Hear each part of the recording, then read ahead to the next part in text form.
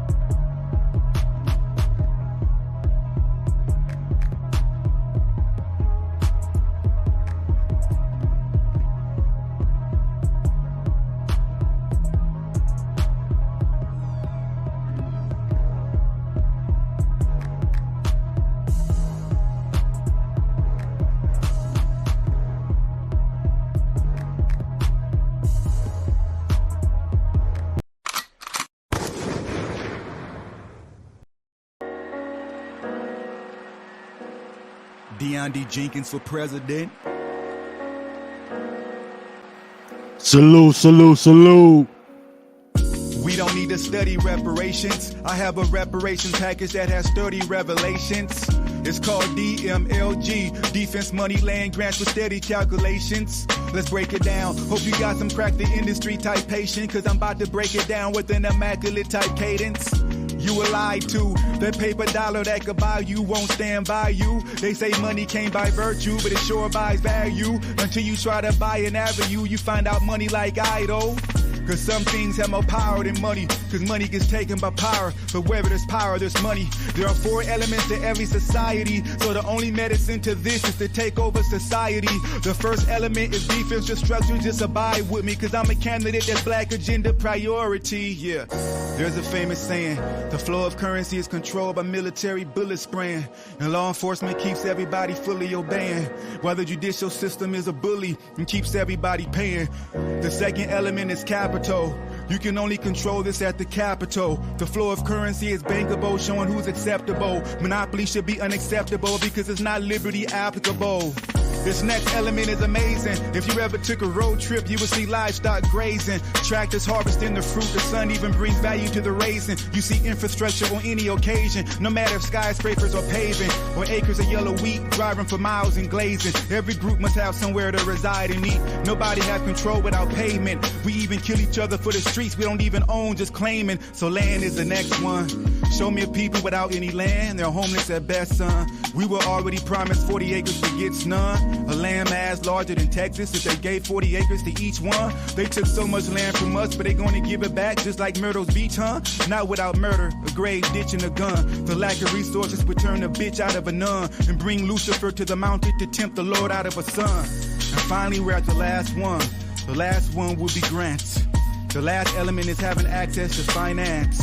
Without access to capital, you don't have a chance. What's the point of living in the world's richest country eating out of some cans and X'd out of $1 billion plans? So I just define reparations with $30 trillion down payment demands. Reparations.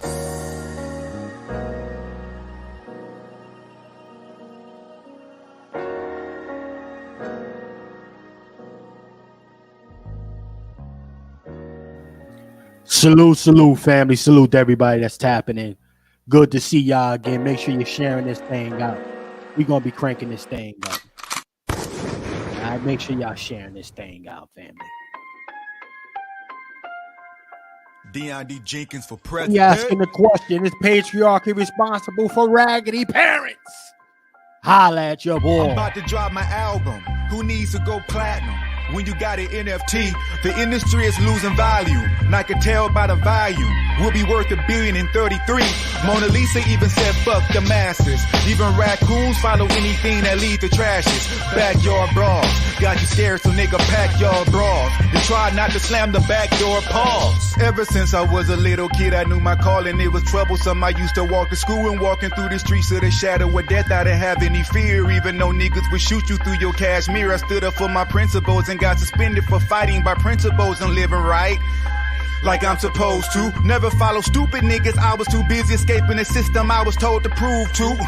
There is a sacrifice that everybody pay. Whoever got anointed, it be loneliness sometimes. Yeah. The industry is over, the industry is over. The underground is king now, the industry is over. There's a new MC out here that sizzle like a soda. The industry became real flat like imitation cola. He got that buffalo attack, but he ain't from Dakota. He put that bully on his back, his chips is on his shoulder. He's like a Timberwolf, but nigga not from Minnesota. You spend $1 million to bluff him like you doing poker. Long live the king, long live the king. Reparations on the ballot, let freedom ring. Long live the king, long live the king. Reparations on the ballot, let freedom ring. Long live the king, long live the king. Reparations on the ballot, let freedom ring. Long live the king.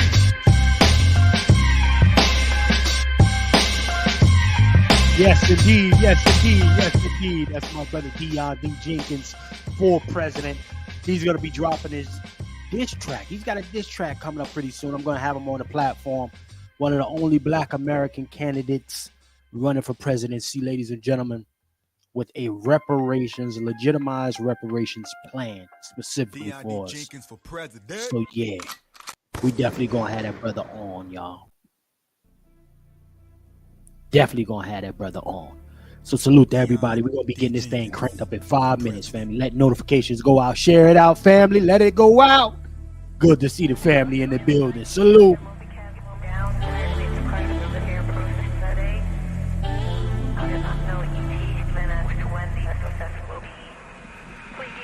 I woke up, dream wasn't foggy but so clear. Stepped out of bed and stretched my body, gotta be cold air. I slept on my hair, spitefully I probably grow more hair. I kept on thinking who could stop me, I wish a single soul there. I bounced back like rubber, my will likely have no spare. Just because you came from nothing, don't mean you out of nowhere. My January decision, no witness the new year. I kept 2020 vision, there was no reason for eyewear. This election was crucial. If I didn't get elected that second, I reckon the suffering would not just double, but definitely quadruple.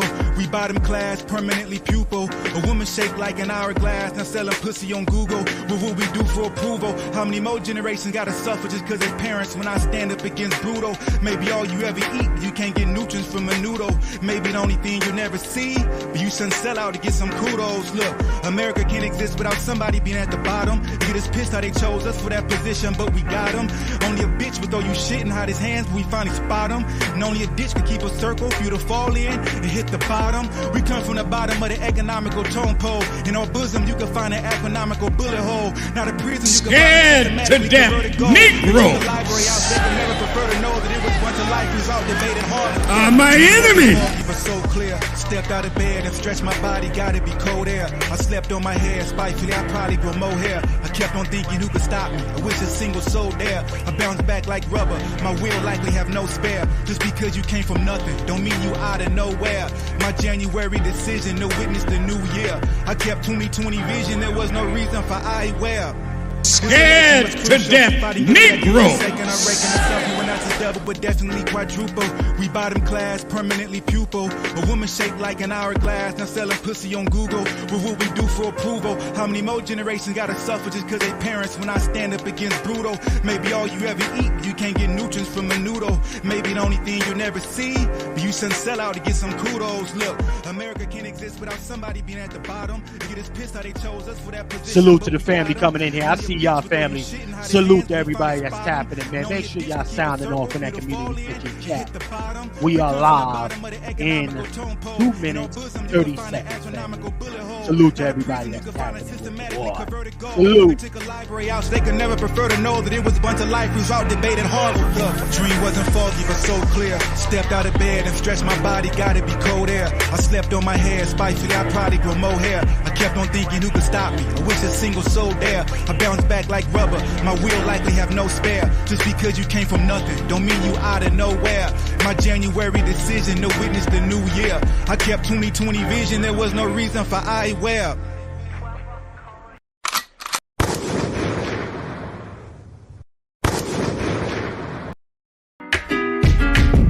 Yeah. It's entertainment. Harlem World. I'm the legend from the hut. Hey ma, how you? I am that dude. You are so cute. Oh, it's lit. We knew. Talk to me. Hey ma, how you? Scared to death Negroes are my enemy. Pulled up to the club, I'm talking at La Marina. My cousin Chucky Black is wavy, he in the Beamer. Mommy looking good, she see me, she with the peoples. And this is how entertainment, we moving like we the Beatles. I'm from Harlem, my ego is very lethal. This lady looked amazed, I'm talking to her people. Speaking all the system like a pimp to a Mac. I'm too successful to lie, I'm speaking nothing but facts. Your booty is fat, but tell me did you guzzle? Can't f with stupid if your grind is on the struggle. Yeah, I know you love a fly that takes a stand. And I don't grustle for life, this word to Instagram.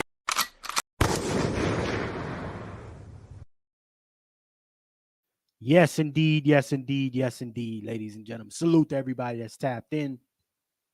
Family, we got a good broadcast for y'all today. But you already know how I get busy.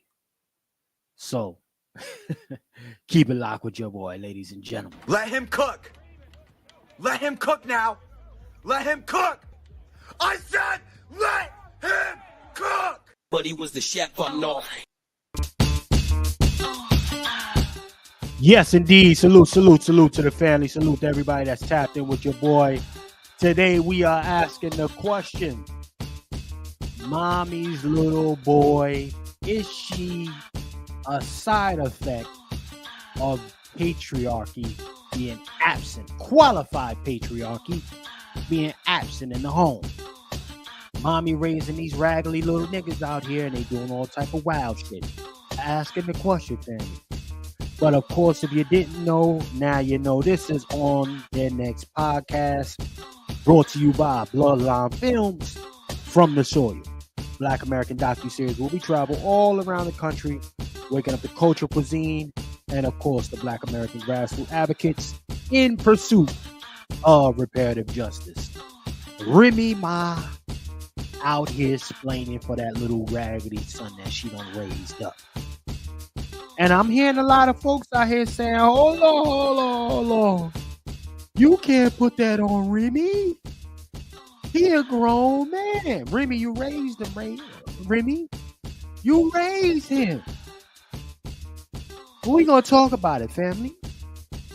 Is patriarchy responsible for the lack of qualified adulting in Remy Ma's household? We're going to have a question today. Salute to everybody that's tapped in with your boy. Keep it locked with me, family. We're going to take a brief commercial break, and we'll be right back after this on the next podcast, tapping in with the Angry Black Man's Book Club for Pat Talk number 29. Keep it locked, family.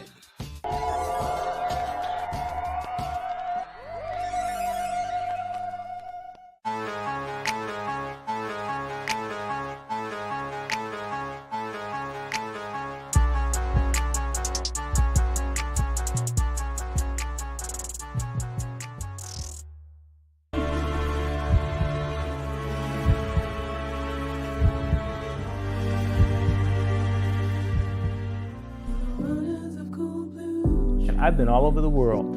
I've noticed this about Black Americans, and I'll stop here. We have more people trying to turn us around than I've seen for any other group anywhere in the world relative to what our situation is. That you got teachers, you got people that will just do stuff. If they find out you're legit, just help you because they want to see Black folks make it. We do have this. This is lacking in other places, I can assure you. But you know what? Our desire to save people cannot be greater than people's desire to be saved. and to help. So the people that do not want it, let them go. Jesus said, let the dead bury the dead. I sure get it nowadays.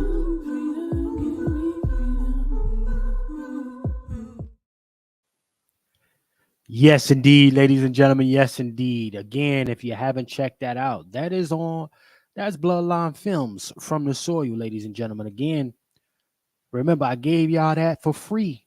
I want y'all to go check it out, right? Go to the YouTube channel From the Soil TV. YouTube.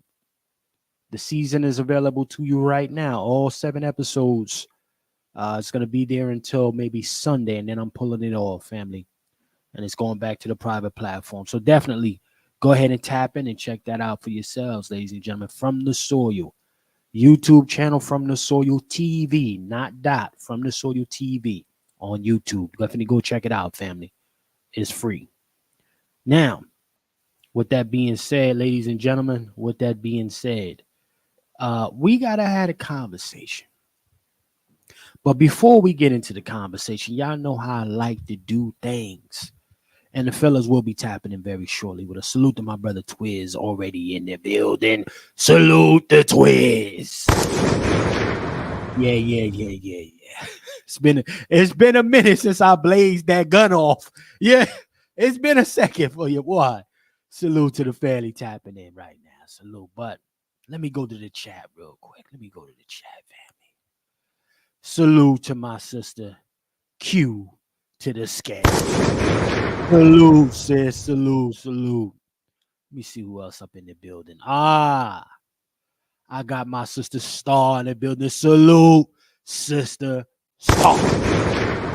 Y'all know what type of time it is. Yes, indeed. Let me see who else is in here, man. Let me see. M to the F Kush is in the building. Salute to sister MS. Salute, sis. Salute to MF in the building. Yeah, I mean, salute. Family, couple announcements, ladies and gentlemen. Again, if you aren't aware, we are officially moving forward with the Patriarch Summit, ladies and gentlemen. I'm happy to announce that.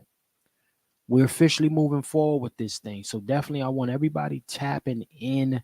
Keep sharing this thing out. There's some more things that we need to pay for. So many other things that we need to pay for the programming here with this summit. So definitely everybody that has contributed thus far, thank you. Okay. Again, token of my appreciation is right there on the screen From the Soil TV. Go check out that whole season 1 compliments of the chef. You know, we appreciate y'all getting us to this point. With the contributions, but definitely don't hesitate to keep hitting them up because we got other things we need to pay for, and particularly our contribution to Dr. Claude Anderson for that day. Definitely wanted to put some respect on that brother's name. So salute to Dr. Claude Anderson. Yes, indeed. Thurgood Marshall Center, Washington, D.C., ladies and gentlemen, it's going down. It's going down. August the 24th, y'all. On the building. We definitely want y'all in the building, ladies and gentlemen. Okay. So it's okay. I see you, MF. Peace. Yeah, it's definitely going down, family. August the 24th. That's a Saturday. We're going to be starting at 11 a.m. Okay. 11 a.m. So it's going to be popping at 11 a.m. Quality space. I thought me and Brother Short was doing a commercial for this thing. Just this past Sunday, and I never heard of the Thurgood Marshall Center. I ain't even gonna hold y'all. I was like, yeah, the fuck, Dr. Short taking me to some ghetto shit. Nah, I got there. It was nice, y'all. So, quality experience, quality space to bring it to you. Definitely tap in, y'all. Keep supporting us. We appreciate you. Everybody that's got us to this point, again, we appreciate y'all. More details, more information to come. Okay. In addition to that, if you want to cop your Black American Heritage Flag Converses, ladies and gentlemen, definitely go ahead on over to FromTheSoil.tv, put on and get your Black American Heritage Flag drippies so you can be stomping the way you need to stomp. You understand? In addition to that, if you are cooking up for the summer, I need you to spin the block with one of these Black American Heritage flag aprons. Very, very fly, and it's gonna bring that seasoning like you need to bring it. You know what I mean? Most definitely. Let me see who's. I see some more of the family coming in the chat. Salute to my brother. Cut the check in the building, ladies and gentlemen. Salute to Cut the check.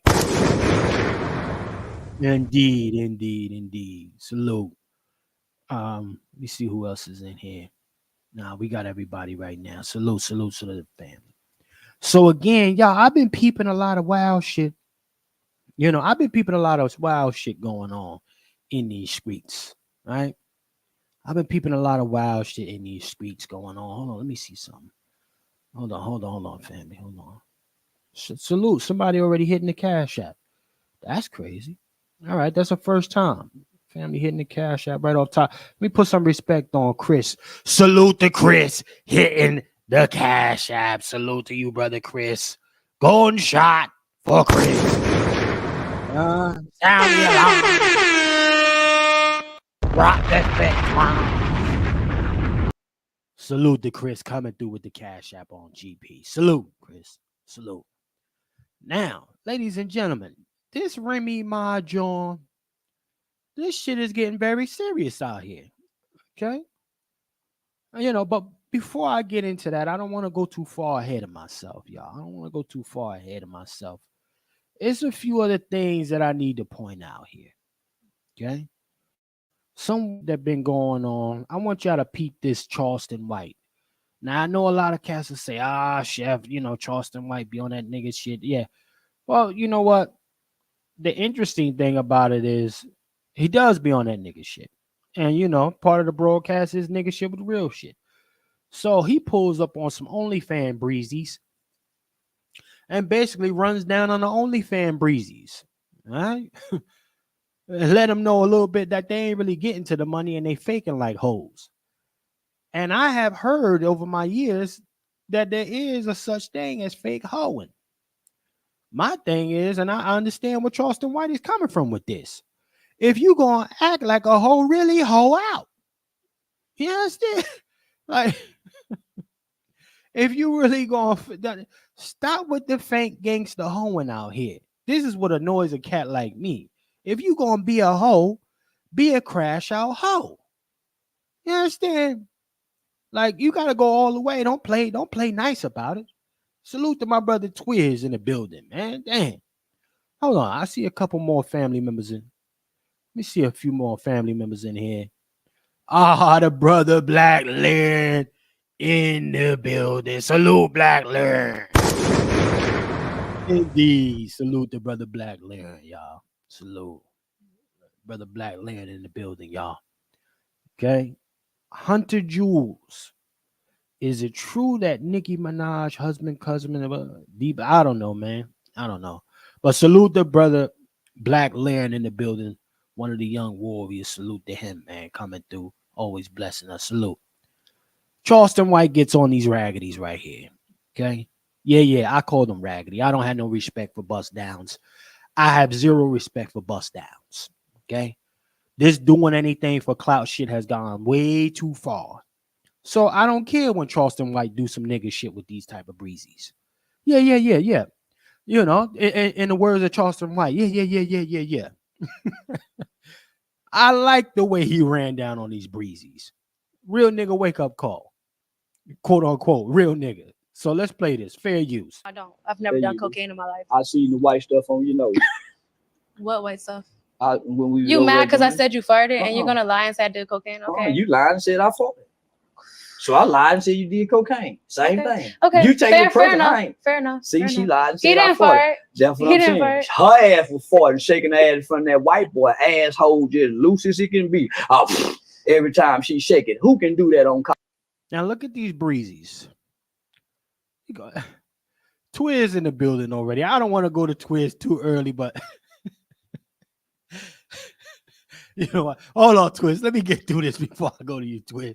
Let me get through this, man. Look at this chick with the red on. She got a whole ass cheek on this dude's leg. Okay.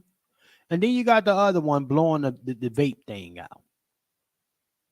This is the equivalent of you thinking you popping in 2024. Actually, this shit ain't even starting 2024. It started before that. But the eyelashes, the dirty slut look with the chick with the red, all of this shit is just dumb to me. And when these chicks go online and they do all of this extra shit because everybody waiting for the next viral lick. Everybody trying to get the next viral lick. Salute to the over 30 plus in the building. Huh? When Charleston White go down on these chicks' paws, or anybody run down on these type of breezies, I have no problem with it. I don't particularly care for Charleston White, but I can be objective. I don't particularly care for his rhetoric. I don't even like this shit. I don't even like a lot of his positions. I'm gonna keep that a buck with you. But when he run down on the breezies on these type of bust downs, I gotta put some respect on him. This cock-eyed handicap. I think he handicapped. But again, rhetoric will get you popping online. So let's play a little bit more of this. Call. What dog can shit when you say shit? You was farting on call. He said, dude, that's what I'm saying. And she doing this on camera and want to think she can get some money getting girls don't even behave like y'all. Money getting girls, this is the low grade money getting girls. They barely get it. I got money. And you know what? I'm going to second them on that. These are the fake gangster females. What they say is more dangerous than a real gangster, a fake aspiring gangster. These are fake hoes, aspiring hoes, who want to be seen hoes. Look at the one with the red, all leg out. Right? She giving you the filthy whore look. Right? She knows a thirsty dude because she got that fair complexion. A lot of niggas is weak over complexion. They gonna think she's fly. I'm here to tell you she's trash. And then the one with the chick on the opposite side of your man Charleston. I hate chicks with these big ass eyelashes. What the hell is that?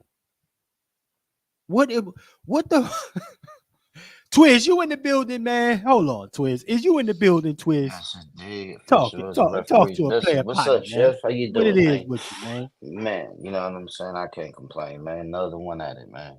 Yeah. And with old boy in the middle, man, he's like a crackhead. Crackhead's like a broke clock. Even they write twice a day. You know what I'm saying? Understand me? Yeah. And what he's saying, I agree with him 100%. You know what I'm saying? And when she said, you lied on me, he said, yeah, you lied on me. And that's why I said you farted. He should have said, bitch. You know what I'm saying? Because those is hoes and you got to treat them like hoes because that's the only thing they respect. That's because whenever you see a pimp on this bitch, he got his foot on the bitch. He ain't talking nice to her. He's smashing on her. You know what I'm saying? Because a hoe take everything for granted. You give a hoe an inch, she gonna run a barefoot country motherfucking mile like it's $1,000 at the end of it for. You know what I'm saying? And Charleston Wright, he told her right. You know what I'm saying? He told her right. And they don't want to hear the truth. They just want to hear that they cute and they want to hear all the bullshit that a trick gonna tell them. But when a real player come in and smash on them and lay the law down, they don't want to hear that. That's why they run from that's why they run from the real, as you say, real niggas, real players. They run from that because they know they're gonna have to answer. They're gonna have to take the proper instructions before they hit the wrong button. That's gonna be self-destruction. You understand? Hey, Mark. Well, Dr. Short, how you doing, Dr. Short? Oh man, I'm like an old black dude down south with the white woman, right after the Civil Rights Act was passed. Yes, I guess indeed. that's okay. Yes, indeed. So, ladies and gentlemen, ladies and gentlemen, our gracious host, Dr. Randy Short, in the building, ladies and gentlemen. Brother Dr. Short, can we get some updates of where we are? I shared a little bit of our status when it comes to the Patriarch Summit, sir. But we are moving along. Yeah, did you tell them we need some MFM for this?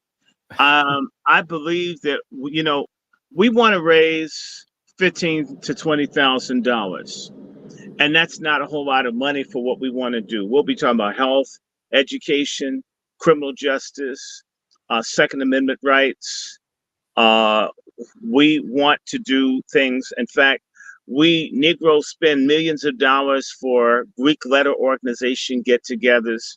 You know what? Until the folks who are not initiated, that are not Masonic, until we spend a little bit of money on Black male solidarity, where I don't need to put a brand on your dick or your ass or make you eat goat and cum for me to call you brother. Seems like solidarity, people can put a little bit of money on that. And so absolutely, we want it. We need it. This is a pivotal, epical time for us. So we want people to give. We got the deposit in. We need a good, what? I need a few thousand more. In fact, I need like 60 some odd $100 more. And it's going to go into our event. We've got to put together our souvenir journal. We got to drop something on our speakers. We need to be able to make certain that when we book the place where we're going to have real soul food at a real Black restaurant that has real good Black food, and folk can just be in the peace and company of other like-minded people. Folks spend $800,000-$900,000 to see Beyonce. We think we can ask y'all for $75 for an 8-hour event. That's not $10 an hour. You pay more to park some places. We absolutely want people to support it, because if we don't support each other in these small ways, what will we support ourselves for? So I absolutely want people to be generous. We're not trying to get a platinum jet ski or a yacht or a Bentley or a Jetstream or Brownstone or McMansion. We're not asking you to pay for us to lay out on the beach at hedonism 1, 2, 3, 4, or 50. Right. But we do want your help for us to get this thing done right here and now. Right here and now, for you to do what you can do to support our effort to get this. And of course, we also are going to have some sisters there. We need sisters as observers. Take those hoes down. Put up a nice picture of Black women that we can respect. Those hoes aren't sisters. Hoes are basically freelance sex workers. I want to tell everybody, I hope you had Juneteenth. A lot of dead and shot and wounded people had Cooneteenth. And so, peace to everybody. I hope you guys saw my highly edited reparations piece on MSNBC's website yesterday. Chef C, do you have a visual for that? Shit, I'll pull it. We may see more essays and articles written by yours truly.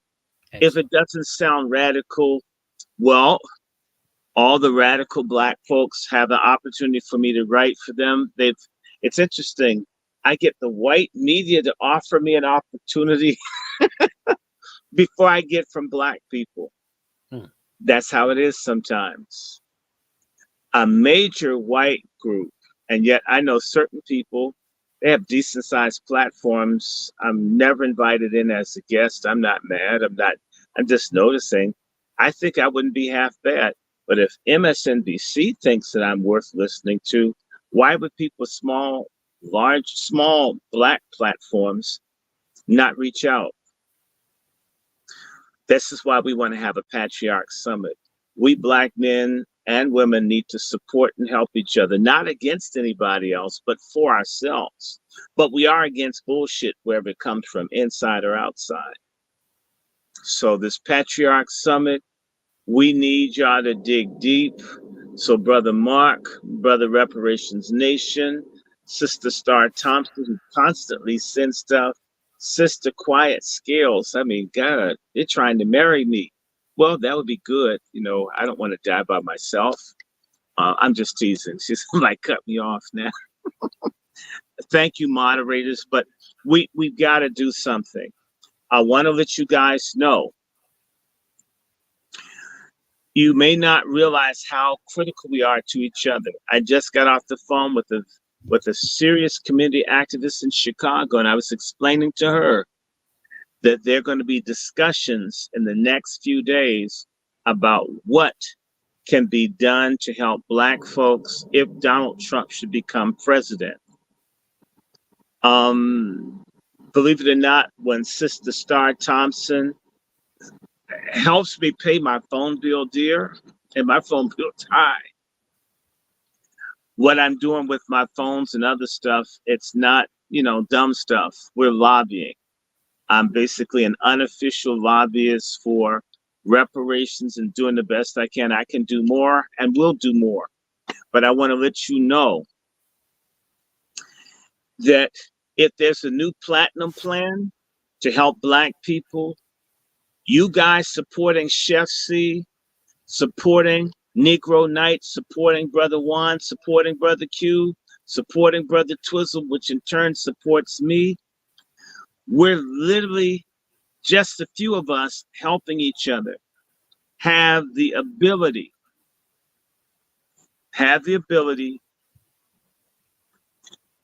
to influence national policy.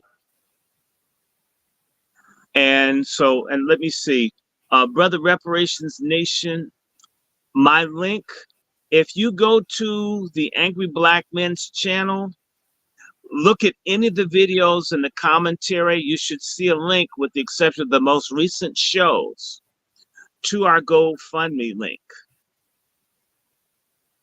If you can't send it or don't wish to use GoFundMe, you can send me directly, Dr. Randy Short, $ Dr. Randy Short at Cash App. You can send it via Zelle or PayPal, wrandyshort@gmail.com. We're using that money to push the cause. Hey, Brother Short, real quick, sir, I'm gonna give it back to you. Let me with that being said, let me salute Sister for hitting the Cash App. Salute Sister MF. Sound the alarm. Dropping the flex bomb. Salute. Much appreciated to Sister MF Kush for hitting the Cash App. Salute. Brother Short, you got the floor, sir. Let's tell everybody when it is, because, I told folks when it was in the rally, and by the way, I gave them a bio, and I love the sister, but that bio should have been read in its fullness. It was not, but that's all right. The Patriarch Summit will be August 24th, 2024, here in Washington, D.C. Again, the Patriarch Summit, and we didn't say Black Patriarch Summit, but that's what we meant. White folks don't have to put white on their stuff. They say what they mean to mean what they say. The Patriarch Summit will be August 24th, 2024, at the Thurgood Marshall Center here in Washington, D.C. Please come. We are charging because it cost us. We're going to have a DJ. We're going to have a range of things, and we need people's help. Nothing is for free. Weed ain't free. Pussy ain't free. KFC isn't free. The Patriarch Summit will cost, but it's not going to be onerous. Okay. We are looking for sponsors. If you know any Black vendors, any Black business people, they can email me directly. We will have a souvenir journal. If any of you are writers, we are looking for Black men and non-feminists, WASI, or as we say, SIAs, which stands for Sisters in Arms, righteous Black women who have pro-Black male and pro-Black family and pro-life and pro-Black self-determination thoughts.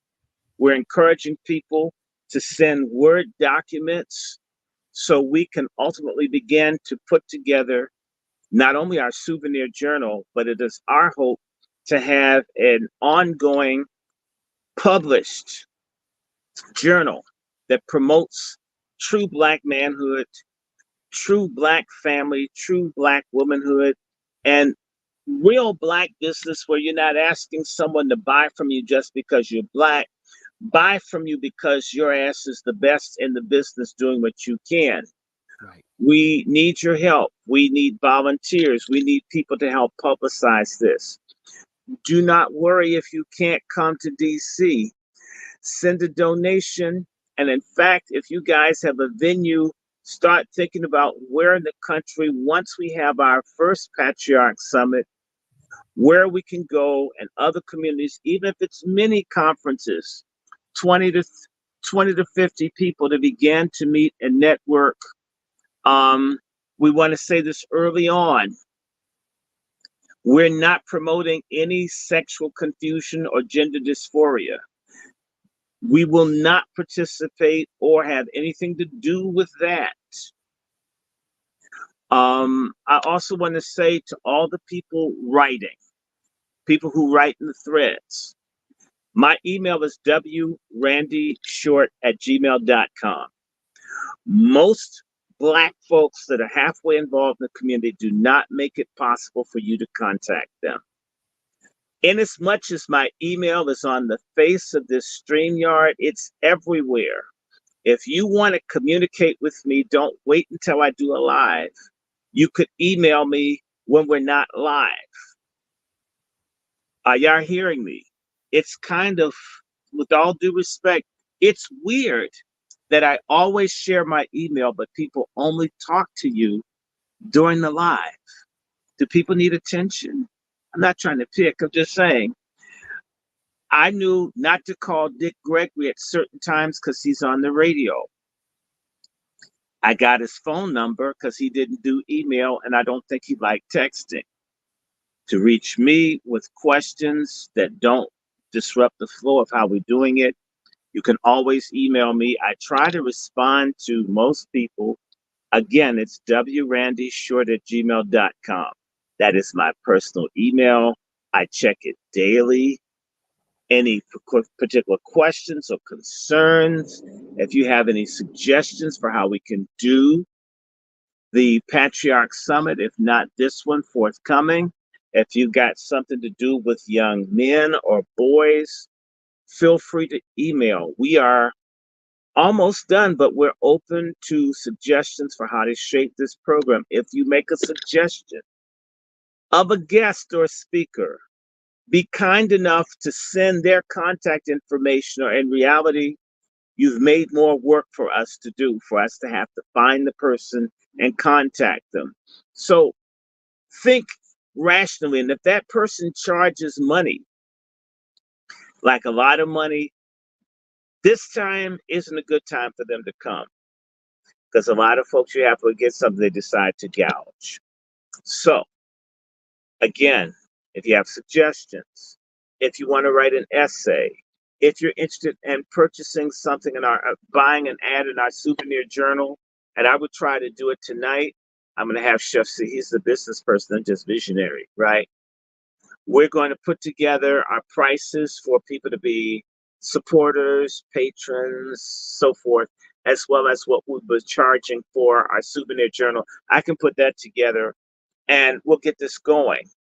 And I'm hoping that we get decent support from the grassroots, because if we don't get into the habit of supporting one another, and then we go and we ask some people in another community and they drop lots of money on us, way more than what we get from our own, this is how our Boule and other Black folks decide to betray us, because they take something great to their community and folks want to throw peanut shells at them. They go to people who don't like us, but will throw money at you, provided you don't go too far to help us. People start going after the bag.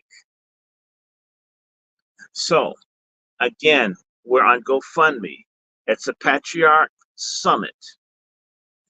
Whatever you can do. I've got one, Chef C's got one. Wherever you send it, it's the same pot. We have expenses that we're dealing, but I, again, want to say to you, there's a strong possibility that we will have cabinet level participation. We're talking about presidential cabinet level participation in the Patriarch Summit. And as well, we hope to do something as basic as have a poll, which we believe will be picked up nationally, to say what we Black men want. It's time for us to step up, speak up, and make ourselves heard. On top of that, we will have some WASI speakers, Sister Star, Sister Quiet Scales. If you guys, if you ladies know some serious, hardcore, non-castrating, non-pork chop feminist Black women that are down for a fight, that are ride or die with the Black American man, please send their name and information, because we will be building a 3-part database. We want a database to find the serious Black men, however many or few there are, the serious WASI warrior sisters, and we want to find some young Black folk, because in reality, I mean, hell, I'm 59. There's no guarantee I'll make it to 65. We must begin to train our young people. We don't want them too young. In fact, the older they are in terms of their youth, the better, so we don't attract pedophiles. We're going to have to vet these people. Please don't send us any freaks. I hate pedophiles. If you're a pedophile out there, you're worthy of death. Seriously. No, mine attracted my ass. You're a freak. Please don't send us any pedophile recommendations. We don't want them. I repeat, we don't want freaks. We don't want feminists.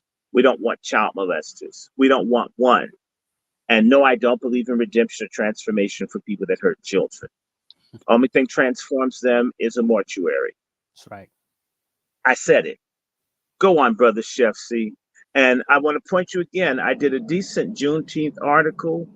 I hope I get to write more.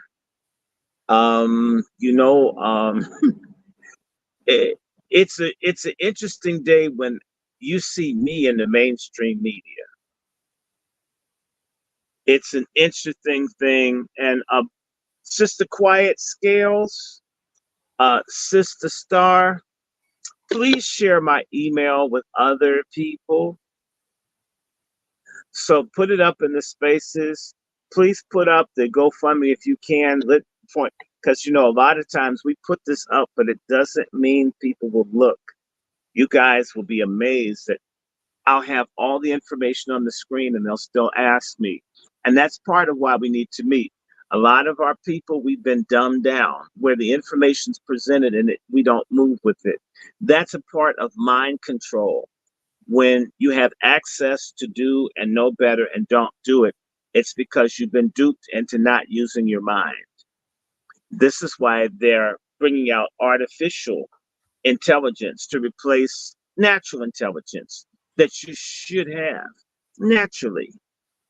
Let me stop here. Chef C, I hope again, support us, the Patriarch Summit, August 24th, 2024, here in Washington, D.C., Thurgood Marshall Center, a Black-owned venue.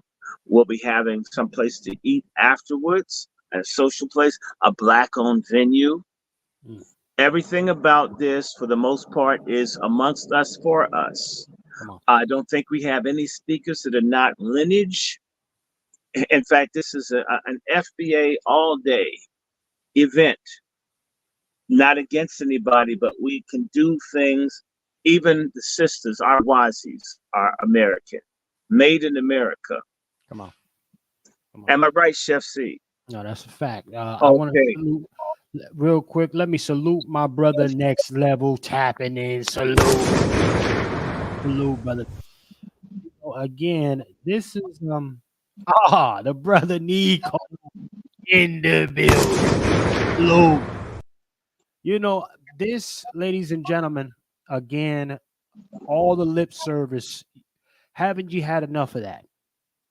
I'm sure you've had enough of the lip service, and we are now at a different stage where we can provide true value. And this is what we wanted to do here. So with that being said, ladies and gentlemen, definitely for all those who have supported thus far, again, remember, go ahead to the YouTube channel. I have made season 1 available to y'all. Compliments, right? Compliments, season 1, for getting us to this stage of the Patriarch Summit with your contributions. Okay. So this is just a little token. Y'all got season 1. All right. From the Soil TV right now. Go over to that YouTube channel, y'all. Y'all can do that and find it and watch. Y'all see what type of time we are on. Brother Short is on the DC episode along with our brother Juan J. Johnson. So definitely go check it out, ladies and gentlemen. Patriarch Summit, it is happening. Just to be very clear, ladies and gentlemen, I was going to put on the lunch for you. Doing this is a lot of work. So we are going to support another Black American business. So after we conclude the Patriarch Summit, we will then have, I guess, the refreshments and everything at that Black American owned operation, ladies and gentlemen. We'll make sure you guys all have the details and information about that. Some of the categories I want y'all to be aware of that we're going to be covering here. And when we say covering and the categories, there will be things that you can take home with you, ladies and gentlemen, and actually implement in your lives. Okay. From these professionals that will be speaking at the program. So we got holistic medicine is one of the categories that we'll be covering. Okay. Black American acupuncturists will be taking care of that portion. We got our two-way prep and protections from our Black American firearms trainers and retired policemen. We got our media propagandists, guys that are on the grassroots, guys and ladies who are on the grassroots level, getting real media coverage. What's happening, what the echoes are on the ground level. They're going to be telling you some of the tools with which you could use if you decide to enter this propaganda warfare. Okay. Next, we have farming, livestock, agriculture, and hemp. Ladies and gentlemen, livestock, agriculture, and hemp. Beautiful. Okay. Real farmers with real land. And actually, these guys are really producing shit. Okay. So you will definitely hear from these brothers how they got busy and how they've been able to execute. Next, we have our Wazi sisters who will be able to address y'all as well. These are some of the sisters, okay, that support a true patriarch, Black American patriarch household. Okay. You know, the way things really supposed to be. These sisters are going to tell you about the importance and express their support for what's happening on this side.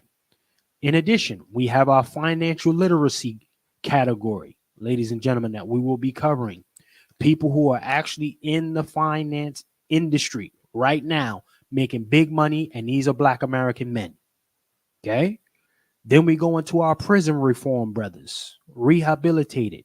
These brothers done did whatever time they needed to do. Now they are out. They are providing for their families, and many of them have become authors. Salute to these brothers.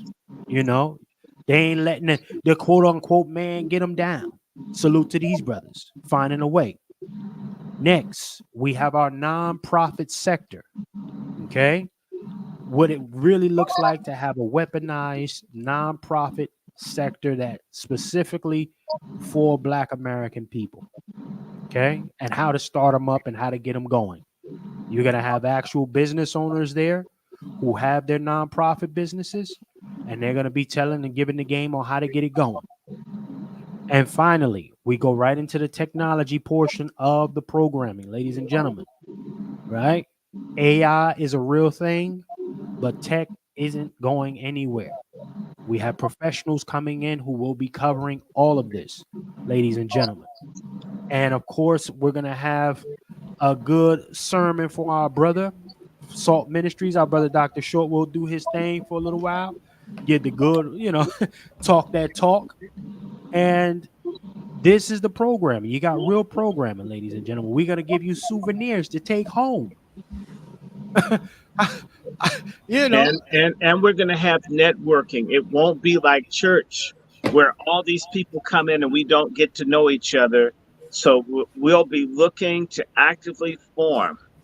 We're going to do our part. Remember, brother Vader Base was on here to create a green book, a virtual green book reality where we can learn and find out who does what, who's where, and how we can support each other. We need each other. We're supposed to be Black men, the standing army of Black people. We do a piss poor job of protecting ourselves. Right. Every wise, economically, socially, culturally. We need to know each other, be able to trust each other, to be able to rely and work together. This is what we used to do. Then all of a sudden, we decided to run after a simulation and think that white folks don't work together, that the Ku Klux Klan is not a loose confederation of white men. Come on. It's white men that drink together, that eat together, that talk together, that fish together. They are in regular contact.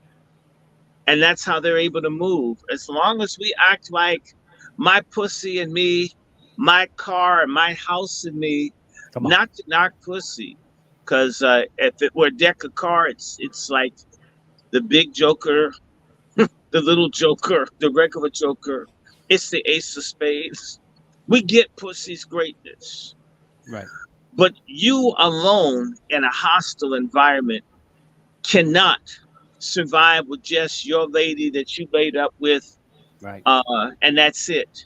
No group of men act like have dick will travel. We must work together or we will die separately. That's a fact. The same energy that we put in integrating and getting along and kumbayaing with everybody else needs to be redeployed to finding those worthy. And of course, when the righteous Black men get together, the virtuous patriarchs, not pedophiles. Damn. See, that stuff still has to be made. When the virtuous patriarchs come together, we can purge out the sorry Black men, the ones that abandon kids, that beat women, that are sex predators, that lie, that can't keep their word, that are preying on us, that cheat, steal, kill.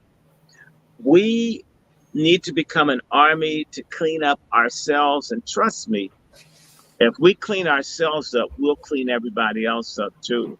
Right. Come on. And so now is the time for us to begin to reintegrate. You know, we disintegrated because we integrated with them. They didn't integrate with us. And so we've disintegrated. Well, we need to stop the disintegration and reintegrate. And I'll just tell you, why are Black communities unsafe? Let's just be real. Black men, rogue, typically bastard young Black men with no fathers, with the stupid mother with the, quindecker, triple decker ass that has kids by the whole phone book. The real problem is out of order Black men who screw out of order Black women that make more out of order bastardesses and bastards that repeat the cycle that's killing us. Come on. Come on. And we Black men are going to have to stop it. Stop being tricks and faggotists and bastard makers and start being fathers, leaders, brothers, and captains of community. We need to do that. Look, you set up a business in a Black store, a Black community. I'm sorry, I'm going fast. You know who's most likely to shoot you is a Black man that blows your head off because you have a store in a community that's underserved. We need to cut that down. We need a damn 10 commandments. And if you mess up the community, we get your ass. You'd be lucky if the cops got you, if we got you first.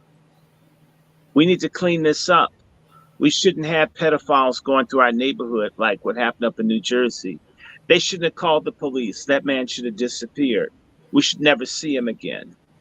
He doesn't deserve the grub that they'll serve in the jail. We need to let people know we're tired of this. You can't rape and prey on Black women. We're tired of it.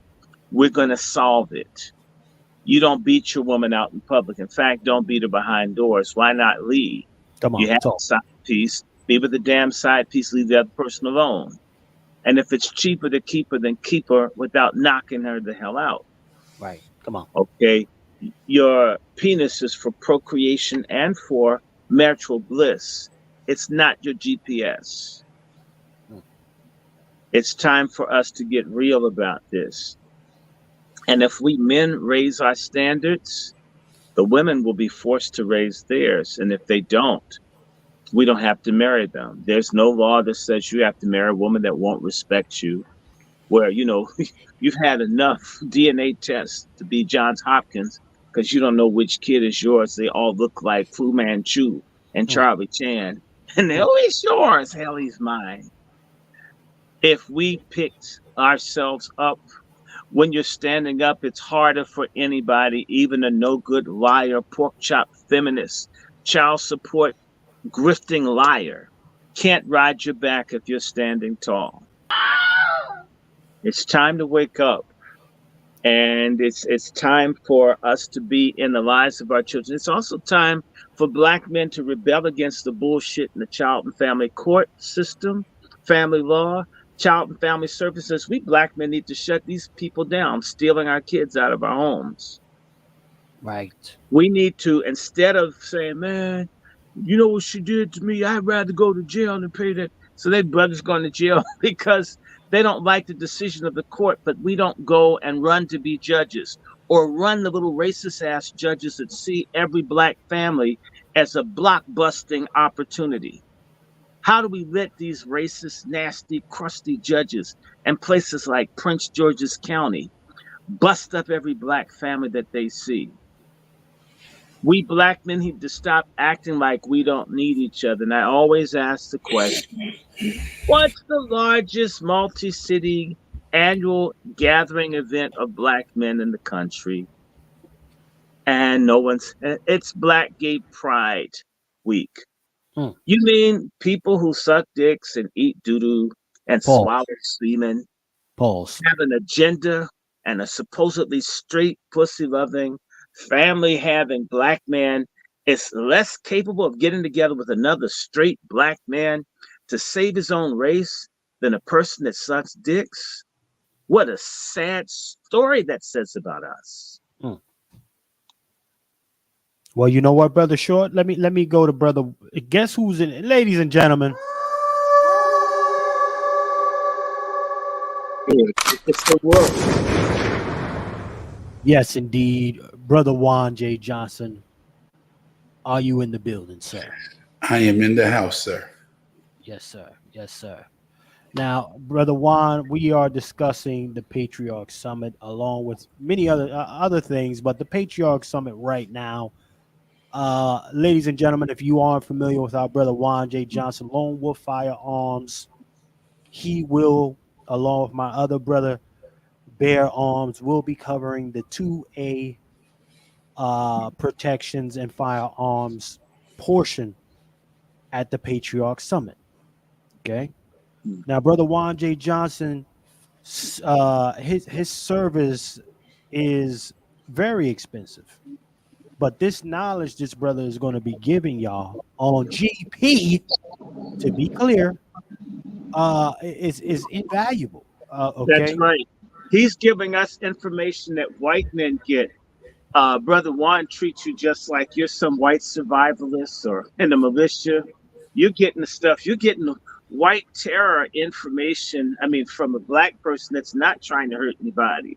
Right. This is information that, the Adam Waffen and all these other crazy people that are planning to wipe us out. He's got the whole playbook of all the racists that want to destroy us. Don't you want to know the secrets? Or do you want to end up like the victims in the Turner Diary on the day of the rope? See, we can circumvent that. It says prevention is better than a pound of cure, right? Your prevention is being armed versus getting medical care after you've been shot or beaten or your home invaded. I mean, for me, it's just ass stupid for anybody Black that doesn't believe in the Second Amendment. You're some kind of traitor to your community. Okay? That's how I feel. Brother Juan J. Johnson, sir, you got the floor, sir. Yeah, you got it, sir. First, it's good to be out here on this 20th day of June. I'm going to put some respect on my mother, her birthday. Rest in peace. She was born on this day, so I had to give my mom some salutes. Salute to Brother Juan J. Johnson's mom, ladies. Juanita Williams, and so just want to put some respect on her. But also, it's good to be back with the summit with the brothers again after that long week of reparations and our fellowship on that Sunday at that prestigious Black-owned restaurant. Hopefully, we'll use again. And just good to see the brothers. As far as 8/24/24, I'm encouraging everybody. If you ain't doing something, be there. And if you're doing something, take a vacation day. It's just that important. Look, the time out for begging folks to do what they need to do is over. You need to be serious about yourselves, serious about your protection, your family, your friends, your communities, your neighborhoods, and maybe this nation. Yes, me and brother, what's that brother name again? The Brother Bear Arms. Brother Bear Arms. We will be doing a workshop on responsible gun ownership. You're going to leave that function. You're going to leave that summit with some principles, objectives that you can do the same day. Come on. It's not just talking. The time for talking is over. We're going to give you something that you can use that same day. We're going to go over the gun piece. Put stuff in your hand that you can take with you and read. Ride it back home on the subway, on the plane, on the train. Okay? Giving you some tangibles that you can take with you, that you can apply the same day. Okay? I'm looking forward to the meeting, seeing your faces in that space, and just making this a annual, if not a quarterly thing. We need it's just that serious. We need you guys to be serious about the patriarchy. The number one threat to the patriarchy right now is that feminism. Feminism is the greatest threat. Amen. The greatest threat. And here it is. This is what I don't like about feminism in a nutshell. It's selfish. Come on. It will watch this whole nation go down the drain, right? And then apologize. Come on. It's not about equality. It's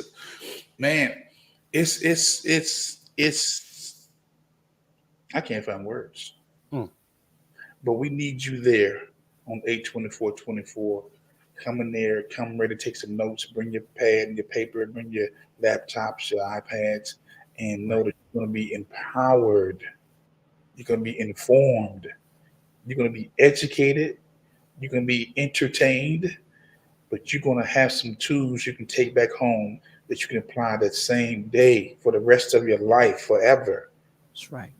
Okay. That's right. And I salute to our brother Juan J. Johnson, ladies and gentlemen. Brother Juan J. Johnson, Lone Wolf Firearms, ladies and gentlemen. Let me share something just so we have a full understanding of how serious things need to be taken, ladies and gentlemen. Okay? Let's be clear about this. I don't know how many of y'all are familiar with this Venturus thing, but they have one of the guys. This guy is a conciliar officer for the U.S. Department, United States Department, y'all. And he getting game. This dude knows. He's coming out and admitting personally that this great replacement theory thing, cats, it's not a theory. It's real. And the United States government is putting millions behind getting you up out the way. So when you talk about protecting your family, right? you definitely need to come to the summit, okay? Because this kind of game that y'all gonna get from there, you'll definitely be able to protect something that's inevitably coming down the pipeline. Let's play this. Fair use. But mostly with immigration. I wish people knew that we're letting in criminals. daily. The big issue for the Hill, for our region, is migration. So we poured a lot of money into Central America. Like how much? $4 billion over 4 years. But now migrants are coming from elsewhere, like Venezuela. Somos de nacionalidad venezolana. Tenemos vuelo para Nueva York. Entonces, ¿compraste un vuelo con Spirit? Sí. 40. Sí. Entramos con la cita de CBP One por el puente fronterizo. So what is the end goal? Why are they allowing it? They want to change the demographics of the United States. So our aid goes to female prisons in Mexico. Some of that, yeah. I know it's a little fast, ladies and gentlemen, but the interviewer asked this person, what's the goal here? And the dude said straight out like this. Now, again, United States, he's the United States Department here. He said the goal is to change the demographics of the United States, aka get niggas up out the way. Okay? And they're getting financed. They're getting all the way to the bank. And let's be very clear. In little less than 10 years, these same folks, right? Everybody's coming over here getting all these giveaways. My family came here with nothing and worked hard. Huh? Just like all the other folks who give you the guilt trip talking about some pulling yourself up by the bootstraps. Well, they got giveaways. Huh? Homestead? Brother Short, give me some acts. Give me some giveaways that they got, sir. Chef, a lot of these people are involved in sex work, so they're pulling themselves up by their booty straps. Okay. They're here, right here on New York Avenue, selling ass, selling kids, with the city subsidizing it. Okay, so bootstraps, hell, booty straps. Tamales. Let's play a little bit more, y'all. Try your hardest to hear it because it is going fast. But yeah, you know, it's not an illusion anymore, ladies and gentlemen. All these people coming over here and nobody has any response for it, even from your Republican side. You better believe that all these folks is on the same type of time. Brother Chef. Yes, sir. I think the illusion is black people are like Walking Dead. That's the illusion. I've never seen a group of people who want to practice black group sex suicide like I've never seen like no other group of people who practice black group economic suicide. And it's hard for them to believe that there are people who do not love them, who cannot stand them, who cannot stand us. Right. I mean, because they've been pushed this love your enemy, pray for them to use you, bless them. Hold it. Juan. Yes. Let's just talk about nigger preachers, one of my favorite subjects. If nigger preachers practice so much love, why there's so many fucking different black church denominations? Why? Because the nigger preachers don't like each other. And they've got more division than cell mitosis and meiosis. All these different sorts of Methodists and Baptists, it's bullshit. They don't love the next Negro with the congregation, and yet they tell you to love the Ku Klux Klan, the Nazis, MS-13. They don't mean that. The reason that these preachers are saying this is that they get money from the cities, city governments to help kill us. The same way they got money with COVID. Anybody telling you to love everybody and not telling you to love yourself, ain't talking to you about doing something for yourself, ain't complaining about homelessness or gentrification, is an enemy. Most Negro preachers are white boys that can hoop. Oreos. Sell out yourself. Trust white people. White people love you. White people gonna take care of each other. Oh, white people so good to us. They let us pick their cotton. Why'd we stop? But I'm gonna tell you something. They're gonna bring up some other people to make our burdens lighter. We're gonna have black and brown unity. Yeah. And they talk this bullshit. I mean, I'm telling you, you'll never hear black preachers tell the truth until they don't have gas to put into their big ass cars. Till they can't pay for the chillers in their church.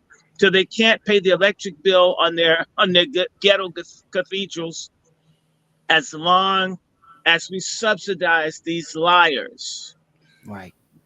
I mean, one of the things we talk about, Pat Talk, is if you need God, have him in your damn home. You don't need to go down the street and watch some idiot with a pack of hot dogs, hog meat on the back of his neck, sweat salt into his clothes on Sunday. You need to have a God in your home. You need to have some holiness in your home, because you're not going to find it in a building full of folks who couldn't make the freak off because they were too ugly on Saturday, so they went to church Sunday morning. A lot of folks that can't get nobody to be laid up with or going to church, asking for God to help them for people to not see how ugly they are so they can lay down with them. I mean, the church has become a brothel of self-hatred and black degeneracy and black self-destruction and black suicide. I didn't say God. I didn't say the Bible. I didn't say faith in God. I'm talking about these fake liars, the take dicks jigs type preachers. And even I told my mother last year, this Tony Evans, he's fake. He's fake. He's fake. He's fake. He's fake. I told him last year, and then I had to say, Mom, did you see the story on Tony Evans? Told you that nigga was off. Come on. I mean, in fact, did I tell you, Chef? I did tell you. I went off on Tony Evans 49 years ago. When Tony Evans saw me last year, the year before, on a Zoom call, his whole composure changed. He remembered when I went off on him back in 1975. I called him fake 49 years ago. I've had to wait all this time for the shit I said to come true. His ass stepped down. These folks are predators. They're businessmen. They're liars. They're grifters. You know, they're going to teach some truth and tell some truth, but Trump tells the truth sometimes. Biden can't remember what the truth is. There are a lot of people that tell the truth some of the time. We're looking for people that tell the truth all the time, even if it hurts. If they're not prophetic, they're not with it. I'm just trying to tell you, a condom doesn't look like a colander or a strainer. A preacher that lets all the shit go by ain't a preacher. They're a hustler. They're a religious race pimp, and sometimes a sodomite on the side, and a pedophile too, and a home wrecker, and a tithe grifter. And these same people are saying get along with everybody. And I'll tell you, it's because these Negro preachers like the late Fred Price were trying to get to preach in the big white churches. And look, I'm with Billy Graham, and the folk are calling him nigga, and he didn't mean that. God hasn't worked that. Shoot, he should have had his teeth on the floor. The biggest traitors that we have, and a lot of those people in the preachers, they're all Greek letter and they're Masonic. Let me tell you something. On June 4th, when I was at the Prince Hall Mason Temple, I had a chance to watch Black Masons grovel over the superior white Masons. I couldn't film it, but I saw it. It's a lie that Black Masons are for Black power and Black independence. They are all under the white lodges. It's a lie.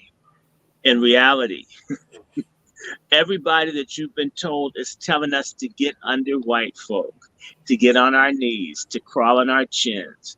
And as Biden said, y'all going to have to get behind the Hispanics. Look at how that jack-o'-lantern, Pumpkinhead, Sleepy Hollow, Roland Martin, and others are still pushing Biden because money's being given to the Greek letter organizations and the Masons to keep us from demanding reparations and justice and freedom. There are Black people, the top 15%, that are an open genocidal conspiracy against the rest of us. Come on.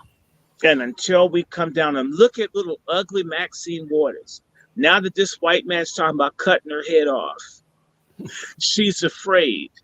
But when Black people were being burnt out of the district that used to be Black when she was in it, she wasn't involved. Black folks who weren't threatened but actually were being attacked and killed by Latin gangsters because Maxine Waters is she's basically an acolyte of the Mexican mafia. Come on. Now that her life is being threatened, now she's scared. That white dude got sentenced and they didn't even really come out all after her. She's scared. In fact, she's scared enough to put on a more humble wig when she's in court so people could tell it wasn't James Brown trying to do a revival concert. This is the kind of stuff that we're dealing with. Let me land my plane for a second. No doubt. Real quick, ladies and gentlemen, salute the brother Drip in the building. Drip show. Salute the Drip, y'all. Go ahead over to Drip and subscribe to Drip. He got some good programming over there. Solid brother tapping in. Let me see who else is up in here real quick. Salute the Deceptively Unique. That's an interesting name. And salute to you. But yeah, ladies and gentlemen, listen, we are in a very interesting time, y'all. You got, again, keep in mind, these folks will be saying that they came here and worked hard for everything they got. Right? Pouring is hard work, Chef C. Flat backing is hard work. Yes, yes. Indeed. Remember the song by Donna Summer? She works hard for the money. I mean, it's hard work. They're probably gonna get disability this shit for lower back pain. I mean, watch, there's gonna be all kinds of exceptions for them. If you came into the country legally between 2021 and 2030 and suffer from lower back pain, you are entitled to 90% disability. They're gonna take care of them as long as we're displaced.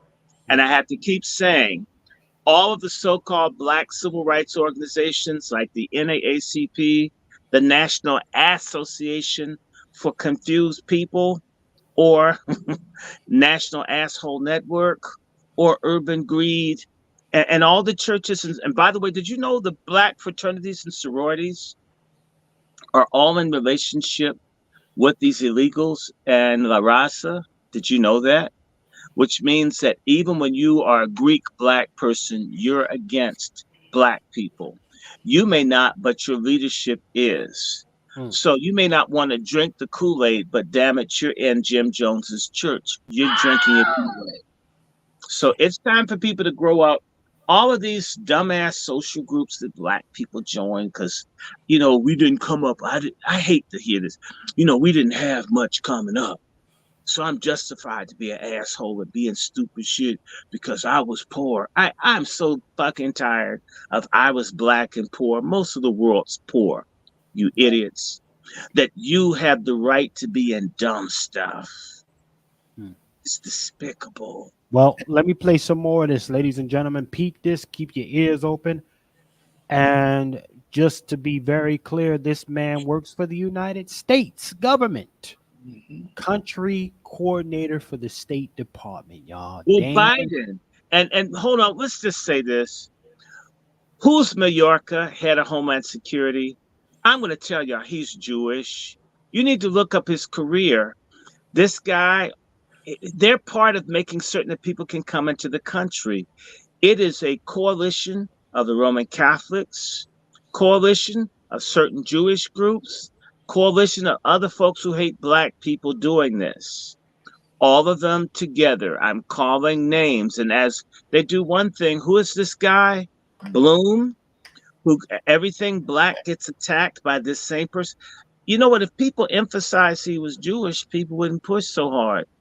Who's the person pushed the stuff in the Supreme Court to attack Black women getting money for businesses? Mr. Miller, he's Jewish. In fact, you don't hear anything from the CBC. You don't hear anything from the Greeks. You don't hear anything from the Masons. You don't hear anything from the goddamn Boule.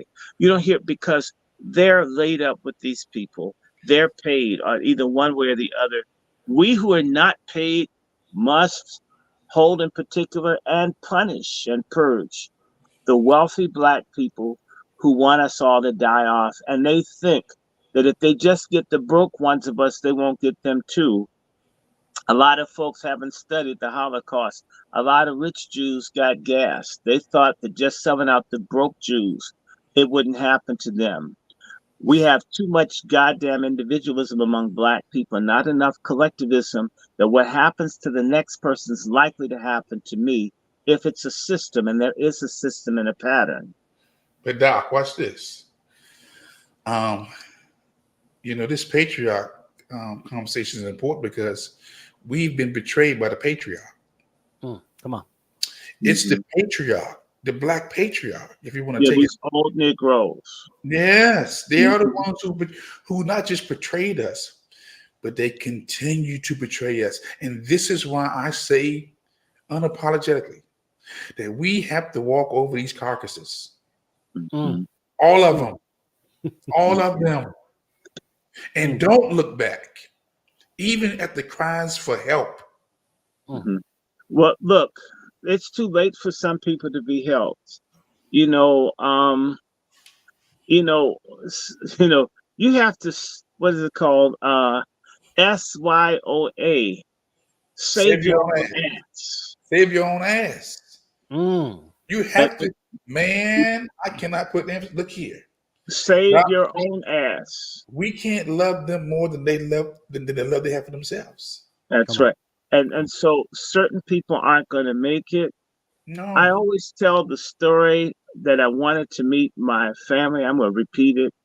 And my dad says, oh, sure, you can meet your family from Georgia. It's like, wow, I'm going to meet some other people. And when I got there, they asked me, you ever gone to jail? It's like, no. I could see they were getting angry. They asked, even though my father's a preacher with this Roman collar, they asked a roundabout way, do you do drugs? And I told them, no. Do you drink? No. And each time I just know they're getting angry and angrier and angrier. You would think I did something wrong. You did. Well, what school did you go to? And I answered it the wrong way. I says, I graduated from a high school, McKinley. Well, I said, I graduated, and to see the more and more anger. And then they asked, well, you have kids? Since I'm not married. They got up and walked off. They haven't talked to me yet. It's been 25 years. They've never. I wasn't good enough. I wasn't on drugs. I didn't have bastards. I hadn't gone to jail. I went to school. I wasn't in trouble, and they wanted nothing to do with me. I would suspect, brother Juan, that a significant number of those family members of mine have died in the period of time, but they had just no value for me or anyone like me. There's no interest. And I have other family. They don't talk to you. Because you're not getting high. I mean, they can't see anything other than if you're not on a self-destructive path, they can't relate to you. So you may meet some of my cousins and they'll tell you, I want to be white. I hate black people. I'm never in the community. And it just, oh, wait, who are you? And they'll get angry if you try to say, hey, wait a minute, but I know Randy. Oh, no. And they'll tell you, oh, he went to Harvard and he changed. And they're comfortable. So, and information and facts for this kind of people means nothing. It's like you were saying earlier, Chef C, it's only feelings. I'm sorry, Twizzle. Feelings, emotions. Nothing else matters. Those people can't be saved.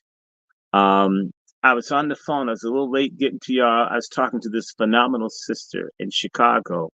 We're looking at what we can do to do what we can to empower Blacks in Chicago, working hard. I'll talk to you offline, Brother Juan and Chef C. And I met this dude who said he was doing something to get rid of the mayor of Chicago. Okay. And I thought, well, he says, oh, it's very, very hard, blah, blah, blah, blah, blah. So I says, well, look, I'm going to send you. In fact, I did it when I was with you on Sunday, when we had our patriarch meal together.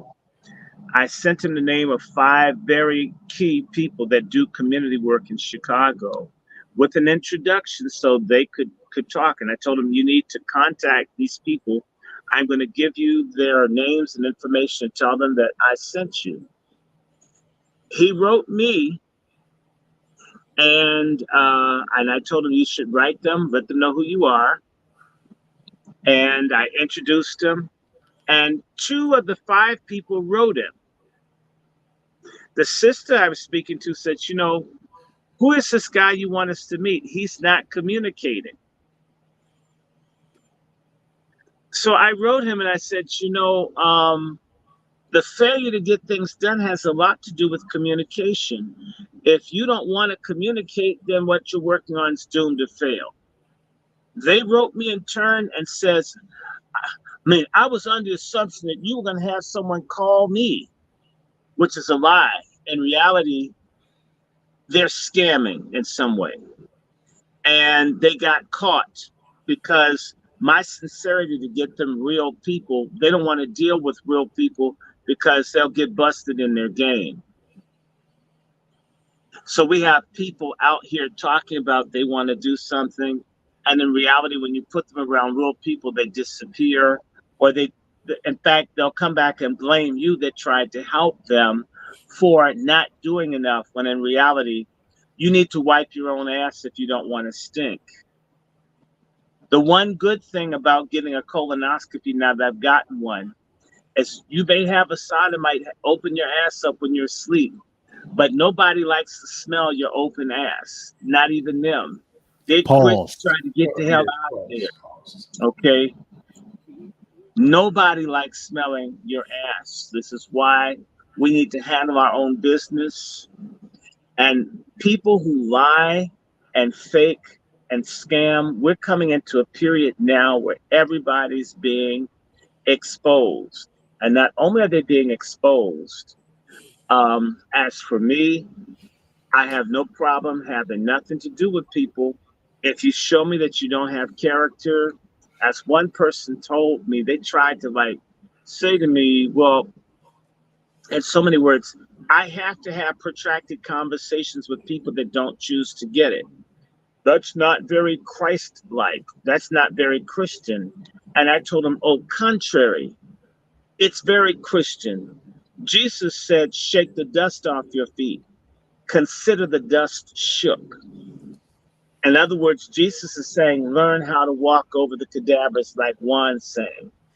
People that don't get it, that don't want it, that can't be saved, won't join the movement, won't participate, gotta sell out, gotta be a coon, gotta be a degenerate, gotta be a predator, gotta be a pedophile, gotta be a hoe, gotta be a feminist, gotta be a fagonist, gotta be a coon, gotta be a niggling, gotta be a blackneck.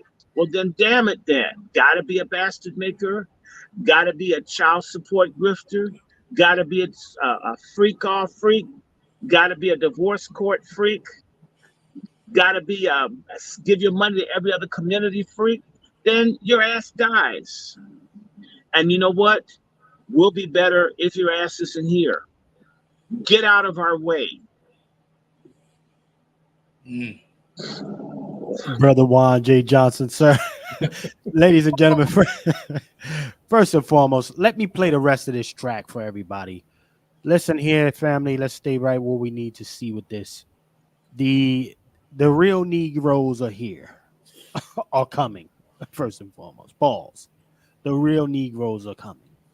Yeah, to help train them up. I'm working with gender issues in Pakistan, so we're trying to recruit, retain, and advance more women in law enforcement. The question becomes, should we be spending U.S. taxpayers' money in our country on this issue? Women that they don't seem to care about. Secretary Blinken, how close are you to him? 5 degrees separation. This is such a niche industry that flies under the radar that the average American does not know. Most people don't know what we do. Mr. Chairman, thank you very much to you, Ranking Member Risch, all the members of the committee, and thank you for the opportunity to testify today. Yes, briefing's coming up in 2 weeks. He has briefings? Yeah, on the Hill. About the FY 2025 budget request.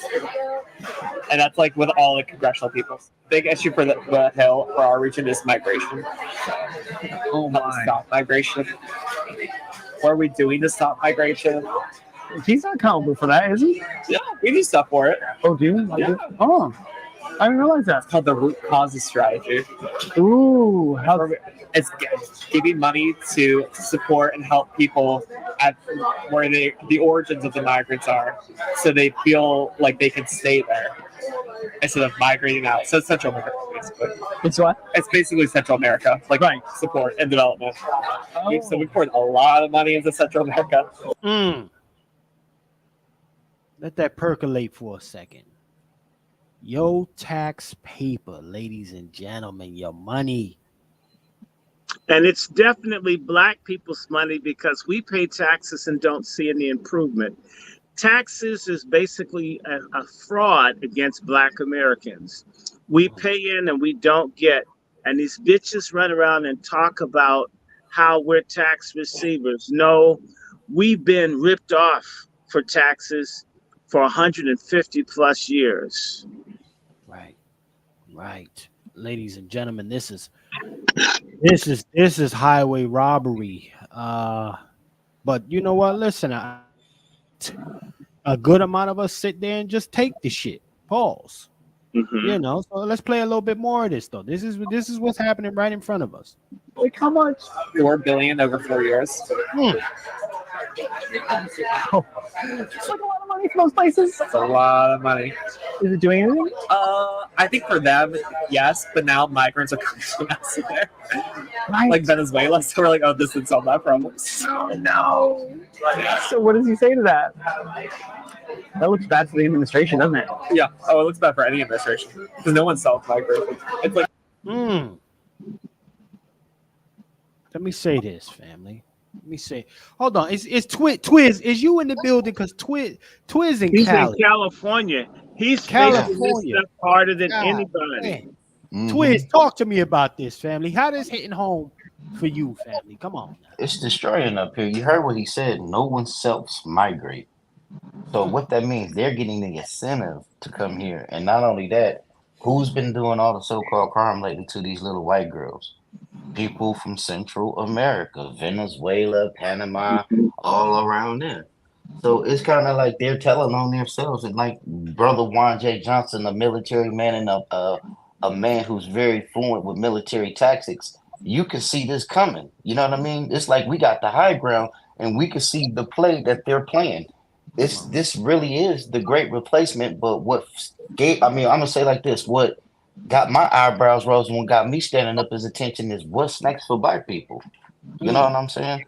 Because here they're bringing all these immigrants over here. They have to house them, they have to feed them, and they have to employ them.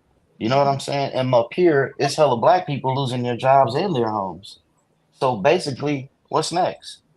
You know, everybody is getting attention. Everybody's really now starting to pay attention to what San Francisco did when they elected the board of supervisors. She got elected to the head of elections. She's in charge of all the elections in San Francisco. So whoever get elected, she has to approve it. Now everybody's getting brought to the attention that one, she's not American born. Two, she don't speak English. And three, she's an employee of Pink. You know what I'm saying? Now everybody's starting to raise fuss at that. And as you see on my page I posted earlier, they're going after the city of Oakland mayor right now. Her name is Jean Chow, a Vietnamese mayor. And the only thing she's been doing, she's been going on a fucking tour. She's been to Vietnam more than she's been in her fucking office out here in the mayor. You know what I'm saying? So it's some major changes. It's some major changes that's going on right now with this immigration and what they're doing with Black America right now. And it's kind of worrisome. It's kind of worrisome because, as a wise man always told me, God bless the child that has his own, because as long as you have your own, you don't have nothing to worry about. But I worry about the people who don't have their own. You know what I'm saying? What's next for them? You know? But brother, I think I'm in agreement with you 100%, brother Twizzle. I actually think, let me say this of Black people. We got a serious problem of ingratitude. Have you ever noticed how you can do something for someone black and them not say thank you, almost curse you as you've done good for them?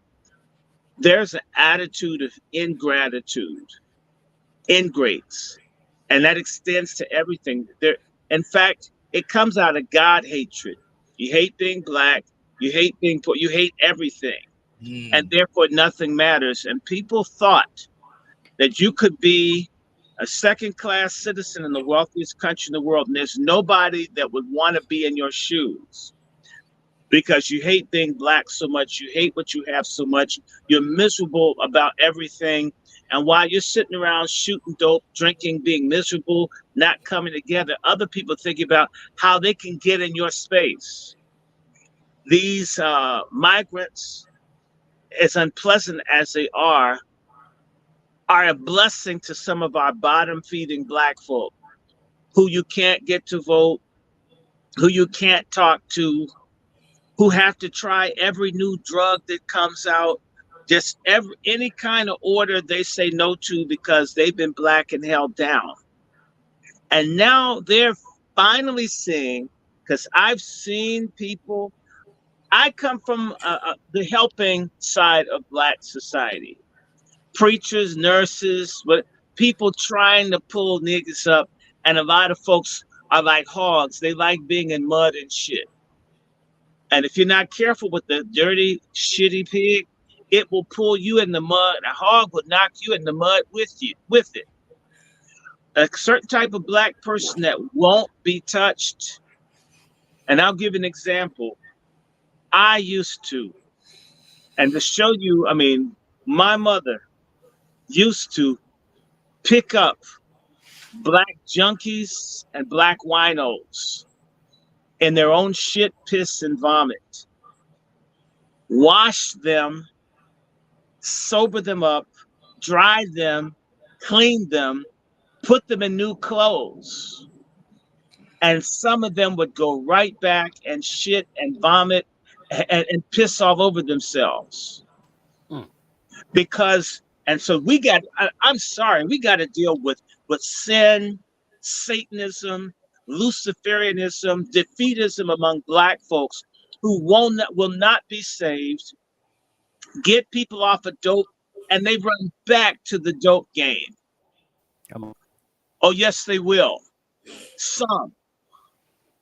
And we spend too much time saying racism and justice, which all is true. We've allowed that to blind us to the fact that some people fuck up, so they're going to be that way no matter what we do. 1 second, Brother Short. 1 second. Scared to death Negroes. Go ahead, Brother Short. You got the floor. People that will not do better, will not allow. And those people will be eaten by the migrants. Come on. In fact, it's time for there to be, because racism doesn't scare about nothing, makes them wake up. Right. These are the kind of girls that take the celebratory pictures of getting the abortion. Just nothing that gets to their brains. The scripture says, he being often reproved, or those that are often warned, those that are being corrected time and time and time again, harden their heart and stiffen their neck, will be cut off suddenly without a remedy. In other words, I know people, I've seen folks warn, try to change, beg for people to be different, and they've been rebellious. Come on. They will be destroyed, says the scripture. I don't care what color they are. How dare you, as limited as our resources are, if someone reaches into the gutter to try to help you, and your attitude is, I want to stay in the gutter, you can't do anything. I experienced this as a teacher. People who didn't want to learn, they were in school to fuck and get high. I'm not saying that rich, white, entitled, middle class don't do it, but they're white. It's a whole different status. For the black folks to act like we can slum and whore and drug and do suicidal stuff and not be hurt more than the people who've got trust funds and don't face medical apartheid, and they get breaks and they get drug court. To think that people could be like this and not pay a consequence and talk about being black 1 second, but act as if history and injustice isn't waiting to put you in jail, to destroy you, to take your organs, to ruin your life, to give you a crazy sentence that you can never regain your life. Some people know better. They've seen their friends and cousins go to jail and not be able to vote or do anything. And then you run and do the same thing. You see gangbanging, you see the shooting, you see the drugs, and you stay. That's because some of our people have unregenerate, depraved, amoral, immoral, degenerate behavior that does not want a savior. I didn't say all. Many people want, and that's why I talked about the no good preachers that will not tell the truth, the people who will not rescue the perishing. I'm on them, and I'm also on the perishing. If you don't want better, then you won't get better. Come on. I'm going to tell you one more story. Up the block above my block, there's a guy named Geraldo. I think Geraldo's in his 30s or 40s.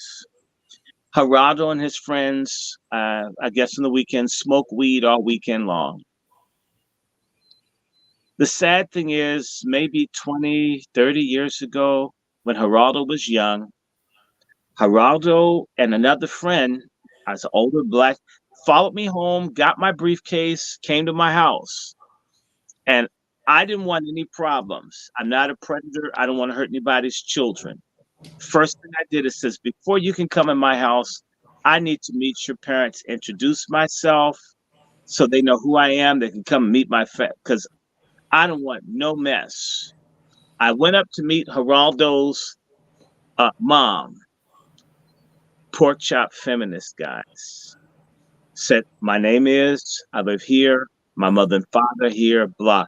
Your son and his friend followed me home. I did not want them in my house, not because they're bad, but I didn't know you. You should know where your children are.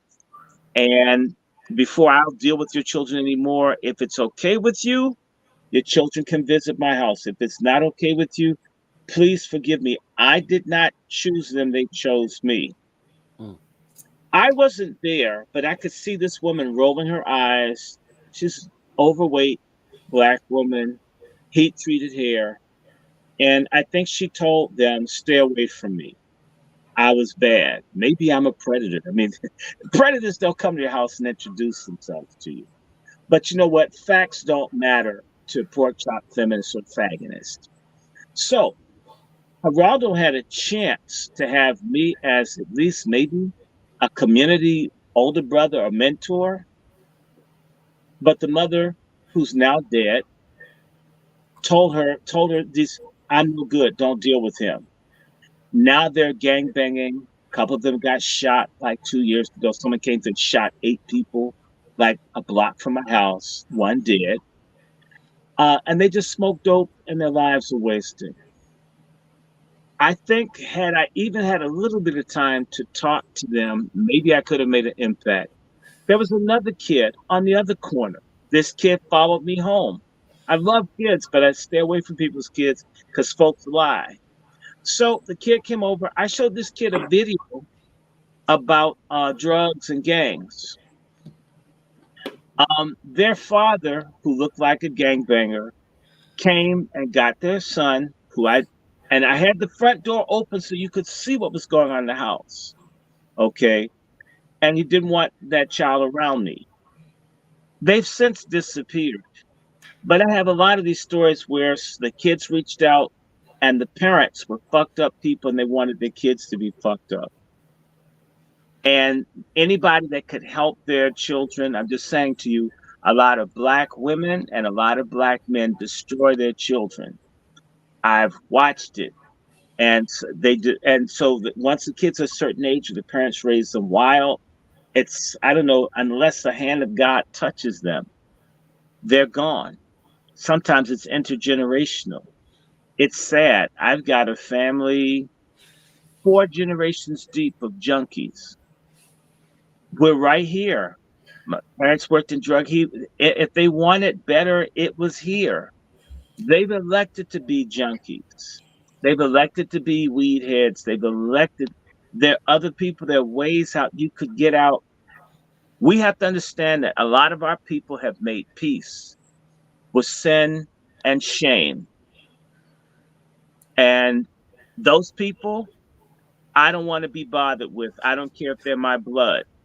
Not because they're my blood, but because you don't want to do shit. Okay? And there's certain type of people, they can only get along with you if you're smoking phencyclidine, angel dust, or love boat. If you're not taking this drug that makes you run around naked and all, then they can't relate to you. To hell with them. I mean that. I mean, you can't win over people who are comfortable with slow genocide as long as it feels good going down, whether it's drinking cough syrup or drinking whatever or smoking whatever, shooting up whatever. Man, fentanyl, man, that's hype. I can take that shit. Fentanyl won't do shit. I mean, I've heard people talk like this, man. Fentanyl, it ain't all that. Fentanyl is not all that. That's a myth. They got y'all scared. I've been mainlining 40 years. What do you do with such people? Okay. And by the way, I'm for God intervening. However, if folks don't want to be saved, if God can't touch them, trust me, your my asses can't either. Well, let me say this, Doc. I think the intervention of God is in place right now because you're hearing voices like myself, yourself saying, look, I can't stress this enough, family. I've given the government, the police department, almost 30 years of my life. Okay? And I don't have to do this. I should be like the typical retired officer who just chill, enjoy his life, and just go off into the sunset, just chill. I ain't gotta do this. Look at white women on the beach. I do this because I have a genuine love for my people. I do this because I know that we're in trouble. Mm-hmm. I do this because I see and I've seen and I know that our leadership, so-called leadership class, whether it's civil rights, yes, misleadership, and the preachers and these just politicians, they've really, really, really, really undermined our Black collective. They sold us out. Mm-hmm. And me in good conscience cannot just sit back and say, you know what? Well, I'm gonna just do me. Now, I can do this, but I won't do it. And so, again, I need the people very serious about knowing and understanding. I need you to get into your head that there are people out here in this world, they are imagining a world without you and your family. Forget about the collective. Think about you personally. There are people out here who can't wait to see you dead, who will walk over your carcass, and if you was on fire, they wouldn't piss on you. Okay? Mm-hmm. And you need to know this. It's just that serious. I mean, I go inside these spaces, I listen to the conversations, and the utter contempt that they have for us as a collective, man. I need y'all serious. Dr. Shore need you serious. We don't know how long our voice is going to be out here doing this. Chef C need you serious. Brother Twiz, we don't know. Okay? Because, again, I'm not no agent. You can look at my views, my subscribers to know that I'm not no agent. They don't want this voice out here. They don't want this out there. Because I'm not just talking, I'm training, teaching. Mm-hmm. Give them the resources and information you need to defend yourself. I know what they're doing. They will give you a license to carry a gun, but they won't show you how to shoot it. Listen up. It's just that serious. I need you to, if you don't hear nothing else I say, just remember this. There are people out here from all these ethnicities who can imagine a world without Black Americans. Yes. We're dirt beneath their feet. Actually, we're the smegma in their foreskin. In spite of our sacrifices to get them here, we advocated for them to be here in the 60s, and they're here. There was no great migration coming to America before the 60s. That's right. There was no great migration of foreigners coming to America before the 60s because we were white America's secret weapon. We've always been their secret weapon. They're moral conscious, okay? Then we advocated for everybody to come, and they came, and look what we get back. Content. Like we owe them something. Man, I couldn't go to another country and speak bad on their people the way they speak bad on us. Not on my watch. Come on. Not on my watch. Scared to death Negroes are my enemy. Yes, indeed. Listen, listen. I think it is necessary that we play. You know what? First and foremost, let me skip to this. This is what people came here for. Ladies and gentlemen, have y'all been following this? Your girl rapper out here, ladies and gentlemen, the rapper Remy Ma. We're trying to figure out, we got to understand, is it patriarchy, the absence of qualified patriarchy that caused the raising of this serial killer of a child that she put out there? The guy's a murderer. Her son's a murderer. Okay. And I just got to say, qualified patriarchy, are we being driven from the homes? Reduced to the sperm donor thing that they like to shame us. We've always been sperm donors, and now you got Remy Ma, and people are actually playing the banjo for her. Don't blame her, no. But any other time, see, she gets a pass, and this is why I want to call this out, because she gets a pass, ladies and gentlemen. Right, being a shitty parent, because that kid came from you, right? We could just how quickly people are here to say, "Oh, white folks spawned that devil." Well, Remy Ma spawned this murderer. Okay, and we got to make it make sense, because this same Remy Ma that we're talking about, this lady's having a midlife crisis. She don't know if she refuses to count the years to her real age because she spent them in jail. Okay? Delusional nonsense. A lot of chicks like this are the same type of females, ladies and gentlemen, who get bent over by young boys because they still want to be hot. Right? Chef C. Yes, sir. Did you know that the thong doesn't fall far from the ankles? Sir. If she's not shit, then her child won't be shit. Come on now. Come on. Again, the thong doesn't fall far from the ankles. I mean, so why would she was in jail, why wouldn't her son be a murderer? I mean, it makes sense to me. It seems like a progression. In fact, he's taken it up a notch. And what was she in jail for? Was she in jail for attempted murder? And was he more successful than his mother? Well, let's read on it then, sir. Let's get some context for the family. If you can mute your mics, gentlemen, because I'm getting back noise, mute your mics. Let me read on this so we can get some context for the people.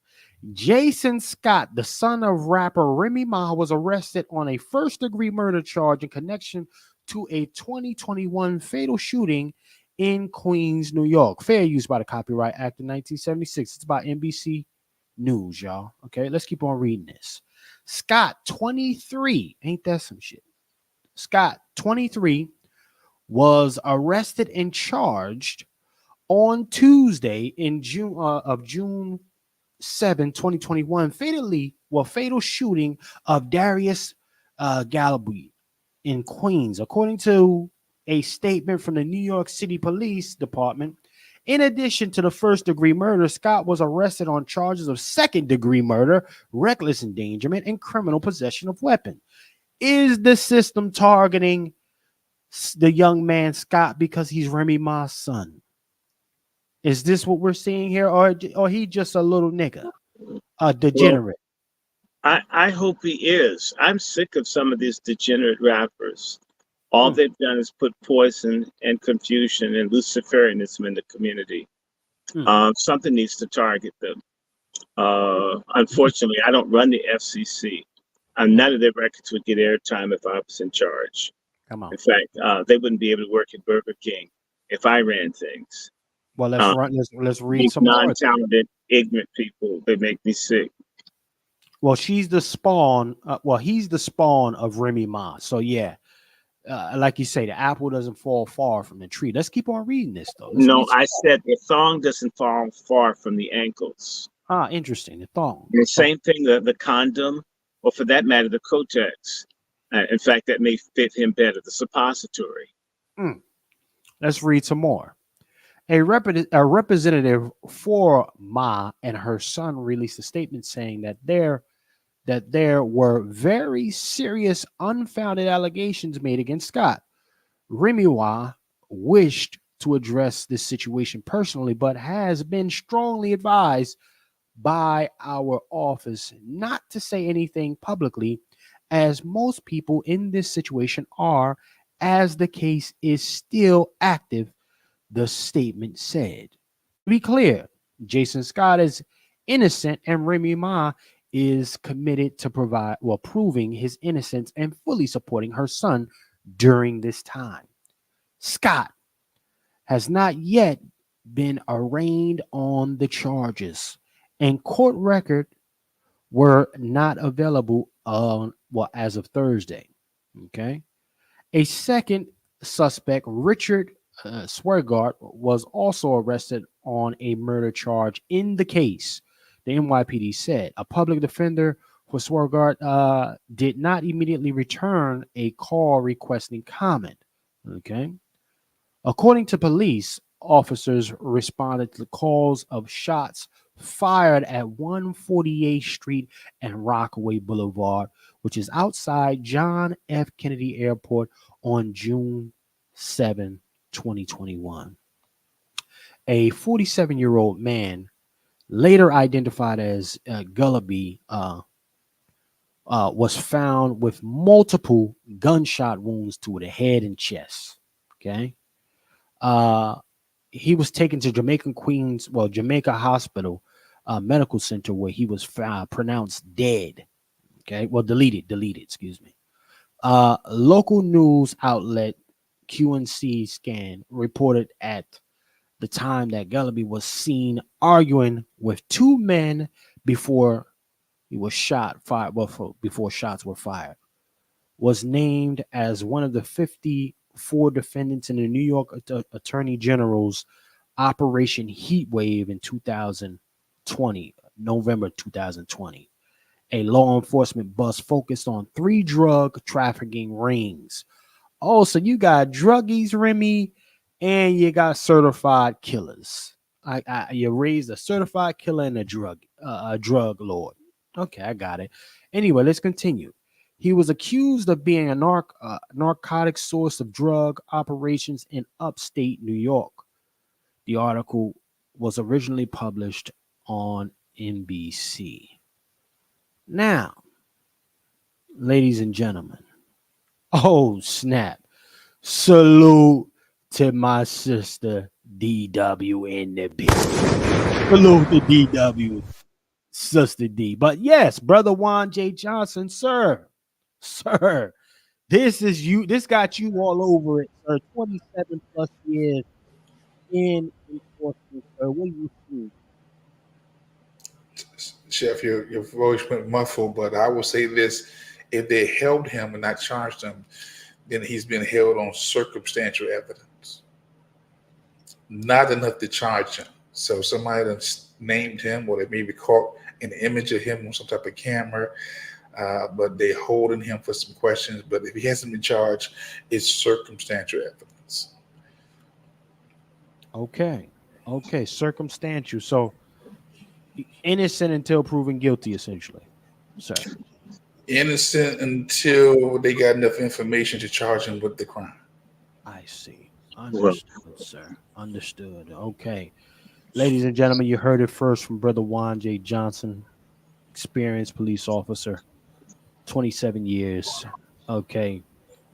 But you know what? We got to hear something from Remy Ma now. I think it's important that we bring up Remy Ma. And she's got a few things to say. You know, Remy don't like people going for her. You know, she wants you to be careful about what you say. You know, you laugh and you're doing all these other things. Ha ha, kikiing. And you know, she wants you to be careful about the things you're talking about, family. So let's go ahead and hear what Remy Ma got to say about this murderous child that she raised. Salute to Remy Ma.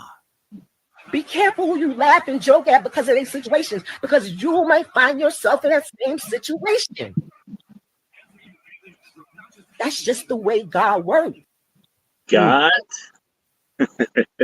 Is God in the killings here, sir? I just, you know, listen, is this our fault? It's our fault, the patriarch fault, that Remy Ma has raised a authentic menace to society, gentlemen?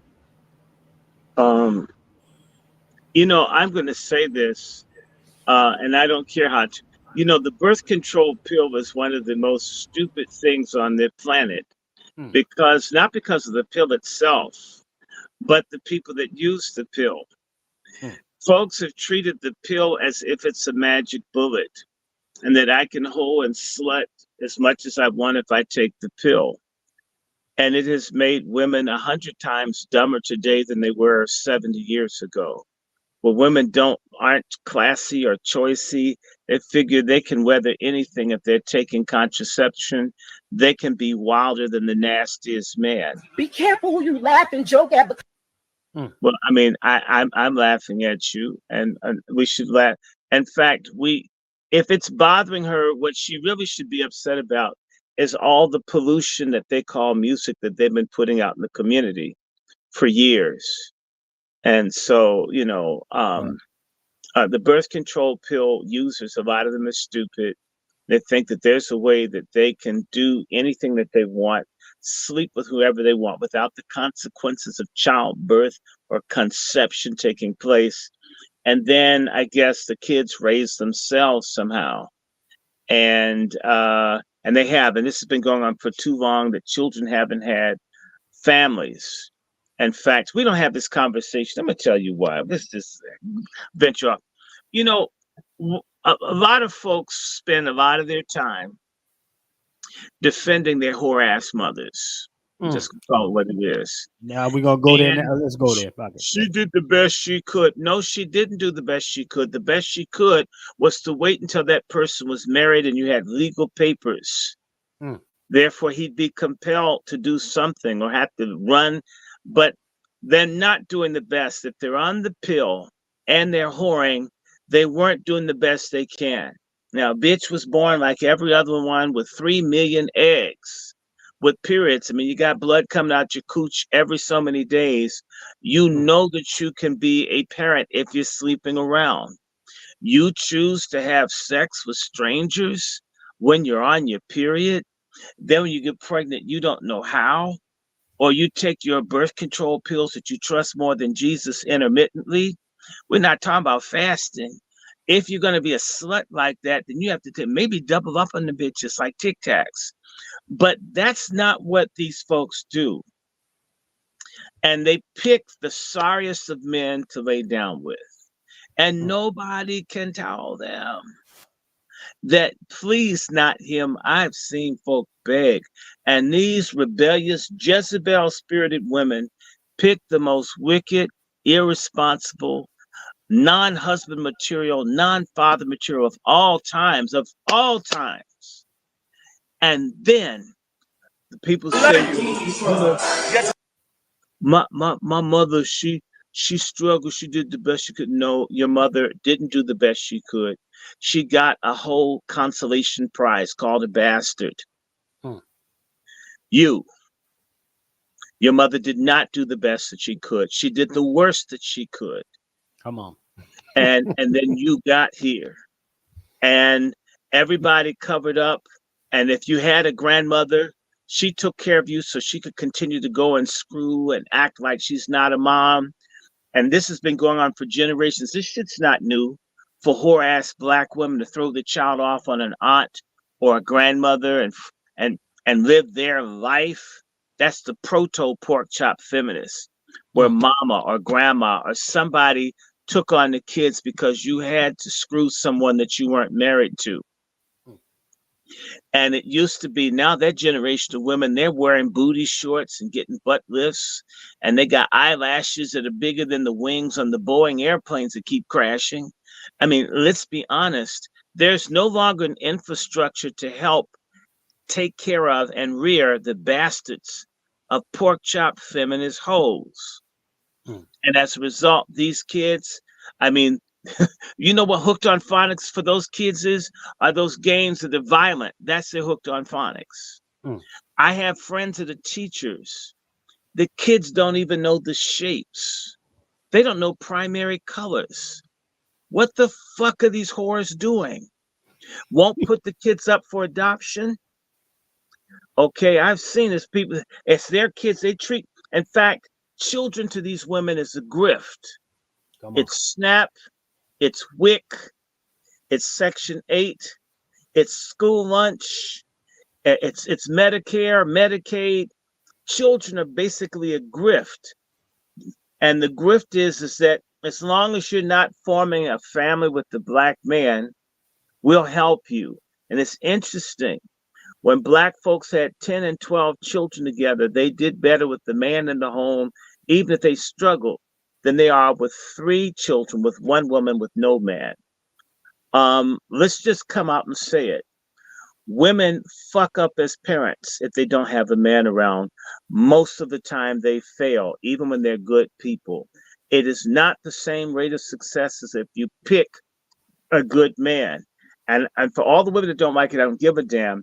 When you deliberately pick a drunk, sorry-ass man that you don't have a conversation with, like women that don't like men that communicate, then 10 years into the marriage, they're mad he doesn't talk.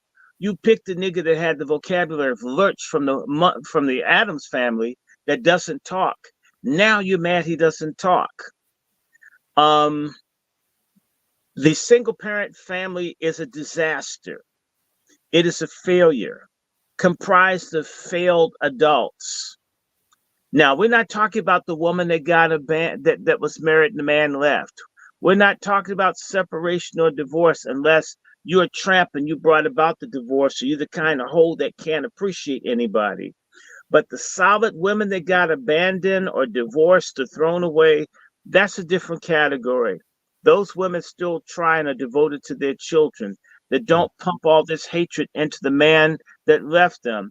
They don't tell their children, you know, that dude looked like he had a half smoke bigger than a Polish kielbasa, right? And I wanted to feel that inside of me, and I wasn't really thinking about that. I had a couple of drinks, and we did it. Instead of saying, he promised he was going to build me a castle in Switzerland, lying bitch, you just wanted to fuck. You got impregnated, and now you're mad at all Black men in the world because you were a hoe. And then you teach your children to hate men. So your boy comes up a sissy because he's so ashamed of his father, who you never let him meet or talk to. You do everything to destroy, right? And at the same time, you may let your boyfriends come in and gangbang your kids, right? And abuse them. You know, y'all be fighting over Frosted Flakes and shit, and the motherfucker pull out a gun and shoot a 4-year-old, and you still want to be with him. This kind of shit, this is commonplace. This has happened on the watch of Black feminists. Black pork chop feminists are guilty. The verdict from we patriarchs is that you women have failed. You are the failure, completely. No excuses, no white supremacy. The only tool that you could have had to fight white supremacy was a loyal black male partner, which you waived. It's your fault. Fall on your own sword. Well, pause right there, brother Short. Pause right there. Now, when you say the male that you betrayed, see, we gotta keep in mind she was with a young man by the name of Pat Poose. She was locked up. She was locked up for several years. That man went to her. I think he spent 1 year going to her every fucking week, nonstop, brother Short. Mm-hmm. She could not wait. She got out of jail, spent a little fake time with him, and then next thing you know, she's bobbling on the help dick. Cheat on that very loyal man, held her down, cheated on him with the help that they brought in under their label. Easy, young man by the name of Easy to Block. I believe that's his name. Easy to Block. So, and he cheated, and she cheated on him. And now Pat Poose, the husband, who was so loyal and everything, is nowhere to be found. And now she's hold on, sir. And now she's doing shit like this, what you see on the screen, having little fucking Catildas parties, acting like you're a princess at damn near 50 years old. Look at this shit. You know what? Remember that commercial? I don't want to grow up. I'm a Toys R Us kid. There you go. These fools don't want to grow up. They're a feminist kid. Let me tell you something. Somebody that you and I know, I'm not going to say the name, Chef C, said something, and that caused me. And she says, well, women need time to discover themselves. Sorry, bitches. You should know who you are by 25. I mean, that women self-discovering in their 40s and 50s and 60s are miserable fucks. Okay? In fact, I'm sorry, some women are so odd, they're never going to find out who the hell they are. They were better off with their life being defined by the man they were married to and their children. This idea that women have to have this distinct identity away from their husband and their children, it's a fucking lie, ladies. I'm not saying if you're single that you don't have your own identity.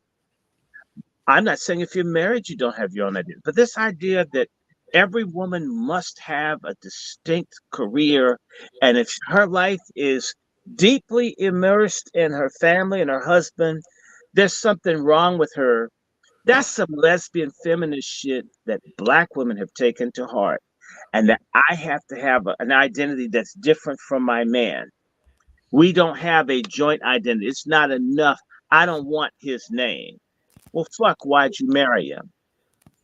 Okay, men are not accessories to your pork chop feminism, to your self-discovery. I have all these friends who are in their 50s whose wives are divorcing them because the bitch needs to find more of herself after she has grown adult kids, and she's almost 60 and she decides, I need a new life.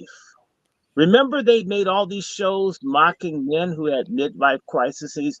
It was never flattering for a man to leave his wife or change no matter what. But look at how they praise the women who start all over again, and they say 50's the new 30. It's bullshit. 50 is the new 70, as run down as a lot of you folks are. Y'all need to stay in those relationships with the men that married you. Because you know what? We got 1 million Black women above the age of 65, more than 1 million. Their parents are dead. They had no children. They're not married. They're in assisted living, getting messed over, probably paying for dick from orderlies and other people. It's sad. They're lonely. And you know what? They were too good to have children, so they must have aborted and killed all the children. It comes back to you. Those children that were inside of you that you murdered when your womb is nothing but a crime scene, sisters. It is. It's a crime scene. Those children used to be your life insurance that would take care and look after you. If you had enough kids, there'd be one that could stand you, that would look after you.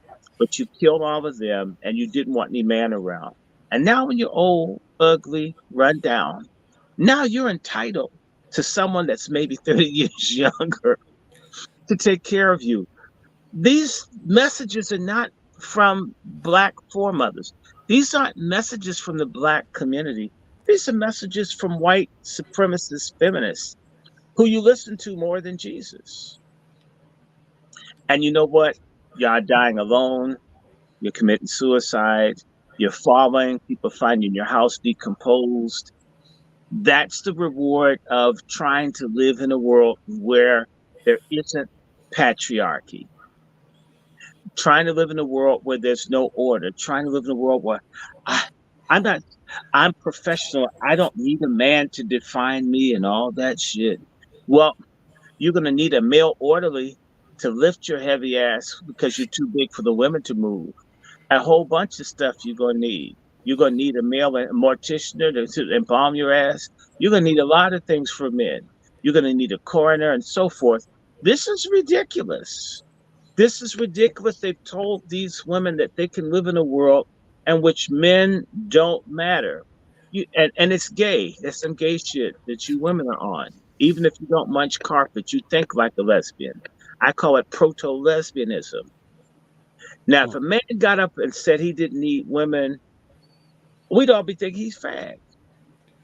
We need to have an equal standard. Women that don't need men, women that don't need family, women that hate children, women that don't want to form a permanent union, they're deviant. And they're not strong Black women. They're hoes that don't have a corner or a pimp. Brother Lone Wolf, Brother Juan J. Johnson, sir. Sir. Man, mental illness, sir. Well, see, most people would say mental illness. What I say is a much deeper issue. I pulled up the scripture, and I need to read this because the scripture says the carnal mind is that enmity. Enmity. Yes, it is. Sure is. You know, I've been saying this recently that a lot of our people don't like God. Now, they confess with their mouths, and they even say they believe in their heart. They do a lot of things with their mouths. But their actions says they don't like God. A lot of actions with their mouths. So Romans, again, everybody's not a follower of the revolutionary Jesus. I understand. But that's their problem. Hold on, brother Dr. Shaw. Hold on. Let him get over. Yeah, they're not, everybody's not followers. But I will say this. Romans 8 says this. I'm going to read just three verses. For they that are after the flesh do the things of the flesh, but they that are after the spirit do the things of the spirit. For to be carnally minded is death. The abortions. All the Juneteenth shootings, or as I said, Cooneteenth. But to be spiritual minded is life and peace. You watch the person who has peace and patience. That's the person you should be walking. That's the person you should be following. Because the carnal mind is enmity against God, for it is not subject to the law of God, neither indeed can be. We're dealing with people who hate God, man. Come on. It hurts for me to be able to say this because I want so much to believe that folks love God. But the scripture says, how can you say you love God and whom you've never seen? But you hate your brother that you see every day. You hate the patriarch. You hate the men. Come on. You hate their babies. The babies. I mean, watch this. It's right in our face. And we're trying to deny the evidence. I did law enforcement for almost 3 decades. We go with the evidence. What does the evidence say? Come on. Hatred, killers, a law unto themselves. And that's why God has raised up some brothers and some sisters, some YZs, Yes. Some God lone bless the wolves. Okay, some wolves Mm. to plant the seed and walk over their carcasses. Come on. Male, female, black, white, Asian, Latino. We don't discriminate about the carcasses. We walk over them. Come on. Okay? Come on. Because we are called to a higher purpose. Mm-hmm. You know, we want And the one of those, good. Go ahead. What'd you say, Doc? and one of those purposes is to make certain that we get into the presence of God in the afterlife. Those people that don't want God, well, great, God won't want you. Look, Go ahead, say something. That's why I say, because I've seen it, I had a front row seat to the destruction of the black community. I mean, like, so we read a book by Chancellor Williams, The Destruction of Our Community. Black civilization. But I had a front row seat to the destruction of the community. And the patriarchy was absent. Come on. Ooh, Lord. Come on. The patriarch was absent. So what we're doing, brothers, we are reimagining the patriarch. We're on a quest to reimagine what we should be or what we could be. Come on. Because we're not, again, people are talking about it. This 8/24/24 coming up is a reimagining the patriarch. Getting our people in line, in order, okay? And calling out the inappropriate behaviors and the haters of God.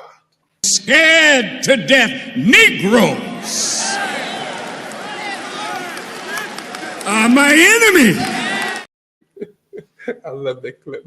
They are our enemy. Listen, gentlemen, listen. Y'all going to scripture on me. Y'all going to the scriptures on me, and I got to bring this up, gentlemen. Okay. Look at here. Look at here. Let me give you this. This is 1:12, ladies and gentlemen. Listen, I'm gonna read it off to you. Let me read it off to you. Okay, this is a script. This is a scripture now. This is a scripture. I do not permit a woman to teach or to have authority over man. She must be silent. That's in the book. That's in the book. I'm listen, feminists, whatever you demonic ladies, don't come at Chef C. I pulled up the word from the Lord, your Lord. So I'll say this. Come on. You have the grace of the scriptures, right? And you have the grace of the nation. See, we're on the two graces. The things we do in America, we couldn't do nowhere else. That's the grace of the nation. But most people, a lot of people don't even read the scriptures. So that scripture you're saying is to a generation, the Xer, to the boomers, to the silent generation. But these millennials and Ys, they ain't read that. They don't know that. But they do know that they're in a nation where the women have the liberty to be, to do, and to have whatever they want, to go whatever they want, to say whatever they want. But we've had almost a 30-year experiment with this. Come on. No, we've had a 50-year experiment with it. Yes, and the results are in. Ask the question, are we better now than we were in the 60s? No.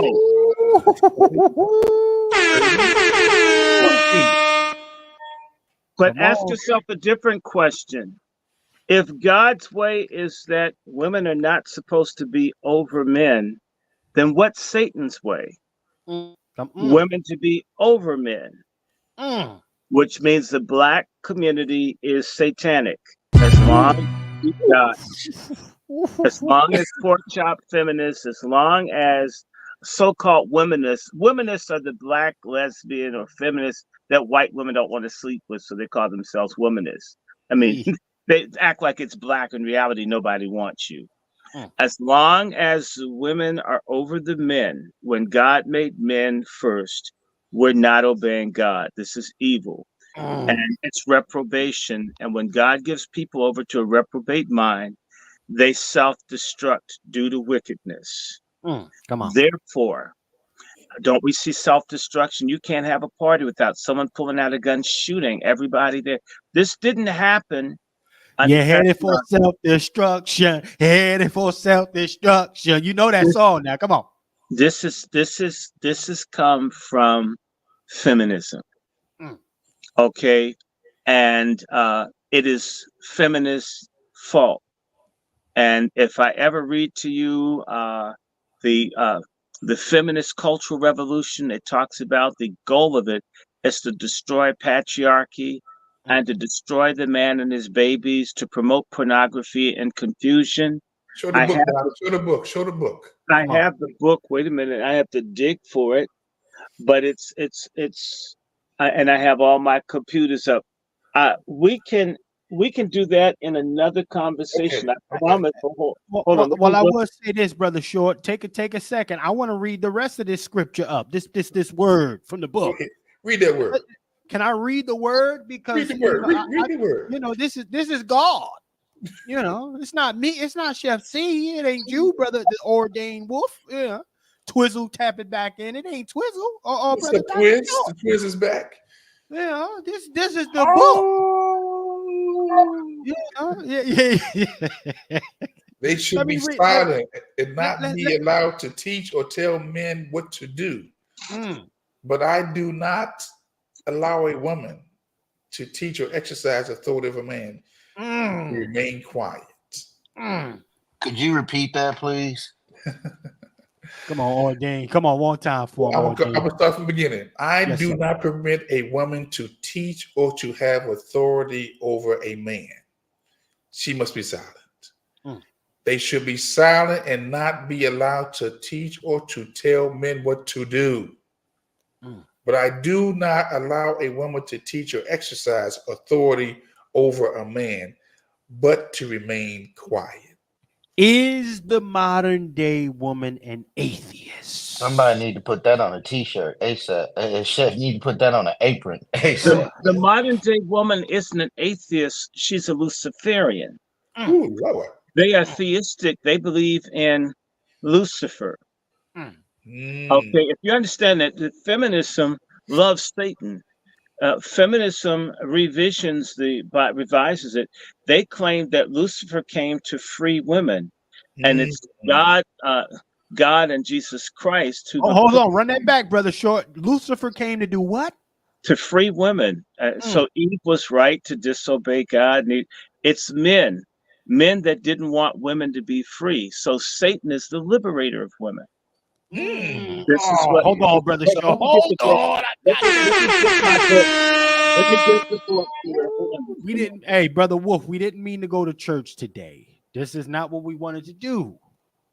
However, the good old book, sir, you know, because there's a lot of quote unquote God-fearing women running around, even the ones that sit on these panels and run their mouths, and you know, God is saying you need to shut the fuck up.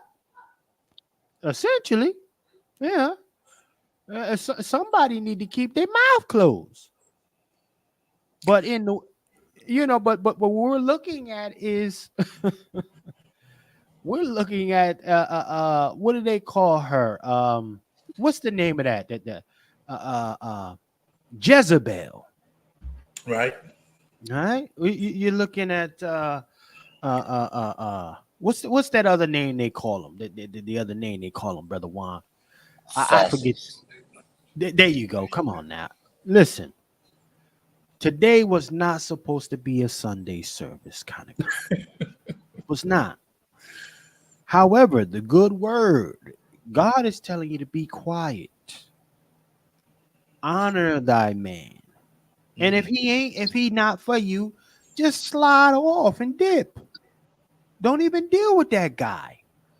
However, you got a lot of women squaring up, pointing your finger at the guy, treating him like a little bellboy. And then you get surprised when you get a little act right and go upside your head. And you don't know what happened. Now you turn Karen. See, you to a degree, lady, you're not only fighting against that man in the flesh, but you're also fighting against God. Mm-hmm. Listen. Let me let Pastor Chef C go and sit down for a second. Brother Juan J. Johnson, you got it, sir. I don't want to do that. No. I think we have to have this discussion because I'm a result person. Are we better today than we were yesterday? Are we better than we were 10 years ago? And what is making us better or worse? We've got to look at all the stats and the facts. And look, the results are in. Right. I watched yesterday, right, the broadcast on I think it was Reuters TV of Kim Jong and Putin come together. Come on. For the first time in decades. That Russia went to Korea, right? And he got the red carpet treatment. And I watched this for like almost an hour. And the first 30 minutes, it was just silent.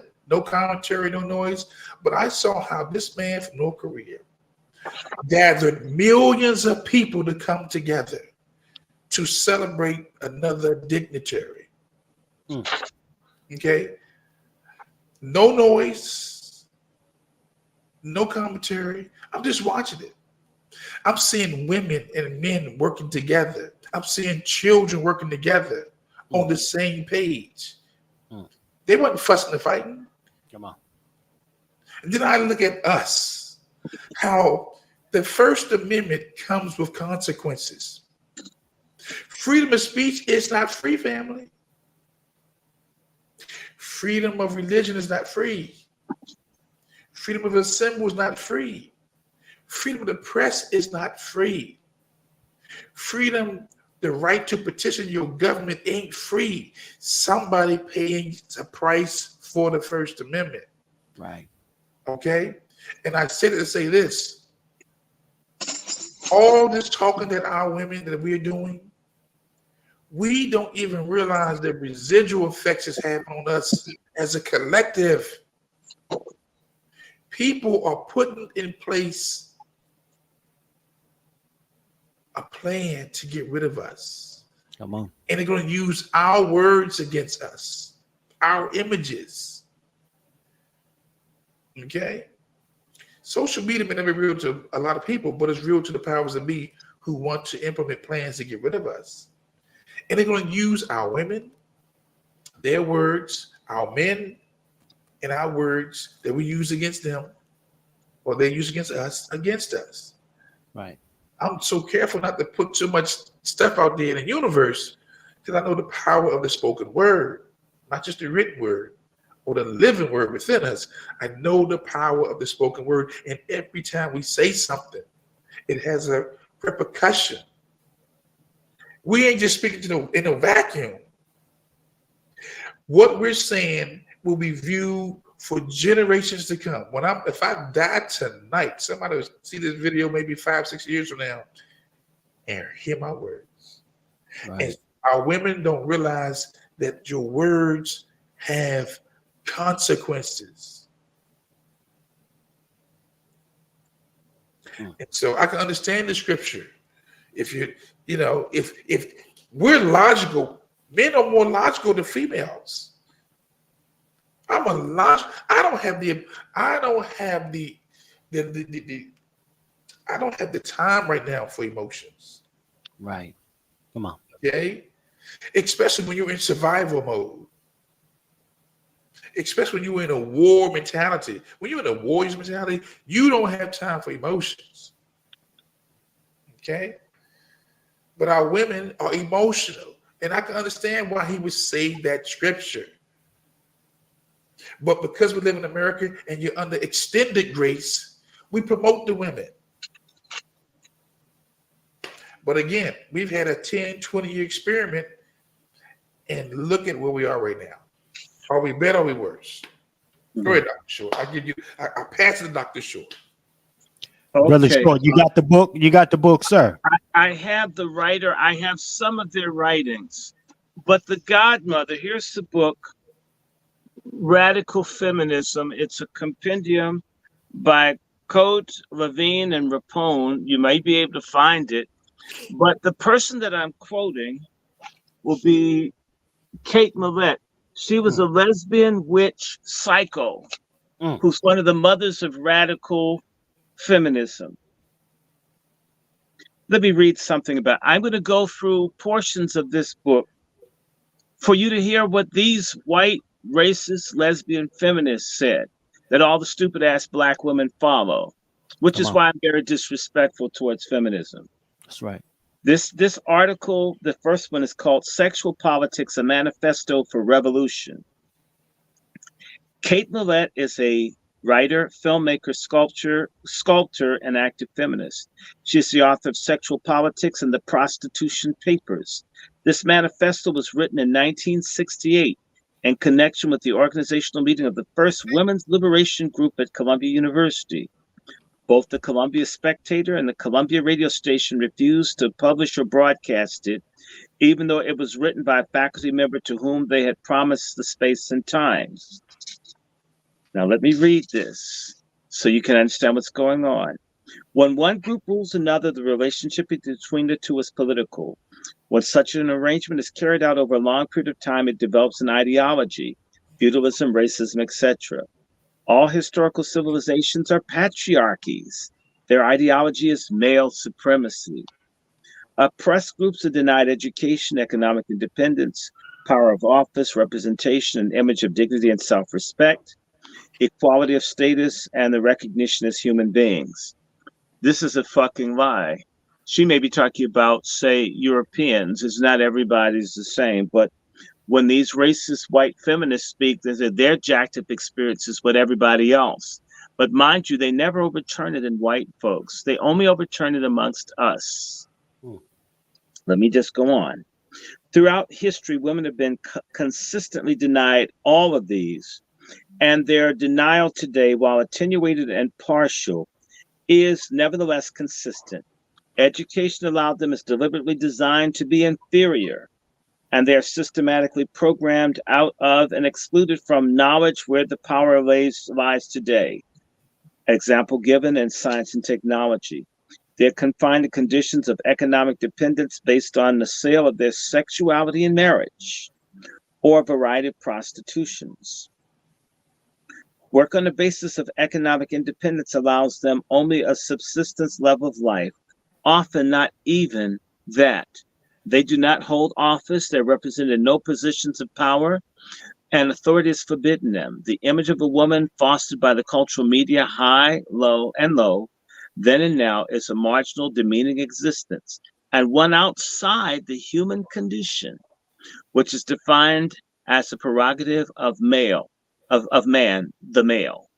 Government is upheld by power, which is supported through consistent social opinion or imposed by violence. Conditioning to an ideology amounts to the former, but there may be a resort to the latter at any moment when the consent is withdrawn. Rape, attack, sequestration, beatings, murder. Sexual politics obtains consent through the socialization of both sexes to patriarchal policies. Notice how rape, attack, it's always violent, as if women are not violent in their single parent house. Anyway, they consist of the following: the formation of human personality along stereotype lines of sexual category, based on the needs and values of the master class and dictated by what he would cherish in himself and find convenient in an underclass. aggression, intellectuality, force, and efficiency for the male, passivity, ignorance, docility, virtue, and ineffectuality for the female. In reality, it's black people that get the status, people, not white women who owned almost half the slaves. Come on. It's interesting how they take what's ours and claim the victimhood, and then get all the benefits for the things we struggle for around our victimhood. And just putting that in there. Listen to this. The role of the concept of sex role, which assigns domestic service and attendance upon infants to all females and the rest of human interest, achievement, and ambition to the male. The charge of the leader at all times and places to the male, and the duty of the follower with equal uniformity the female. Look at how she attacks women being mothers. Again, the concept of sex role. In other words, how dare them assume that women take care of children? Oh God, ladies, y'all some dumbass black women down with this stuff. The imposition of male rule through institutions, patriarchal religion, proprietary family, marriage, the home, masculine-oriented culture, and a pervasive doctrine of male superiority. A sexual revolution would bring about the following conditions desirable upon rational and moral humanistic grounds: the end of sexual repression, freedom of expression, and of sexual mores. Sexual freedom has been partially attained, but it is now being subverted beyond freedom into exploitative license for patriarchal and reactionary ends. Unisex, the end of separatist character structure, temperament, and behavior, so that each individual may develop an entire rather than a partial, limited, and conformist personality. They're talking about getting rid of binary sexuality, people. Reexamination of the traits characterized into masculine and feminine, with a total reassessment as to their human usefulness and advisability in both sexes. Thus, if masculine violence is undesirable, it is for both sexes. Feminine dumb cow passivity likewise. If masculine intelligence or efficiency is valuable, it is so for both sexes equal, and the same must be true for feminine tenderness or consideration. The end of sex role and sex status, the patriarchy and the male supremacist ethic, attitude and ideology in all areas of endeavor, experience, and behavior. The end of the ancient oppression of the young under the patriarchal proprietary family. So they're saying, let the children be wild. And sisters, you've been A-OK at letting the kids run wild in the streets. You dumb ladies have followed this white lesbian witch, and look at our kids dying.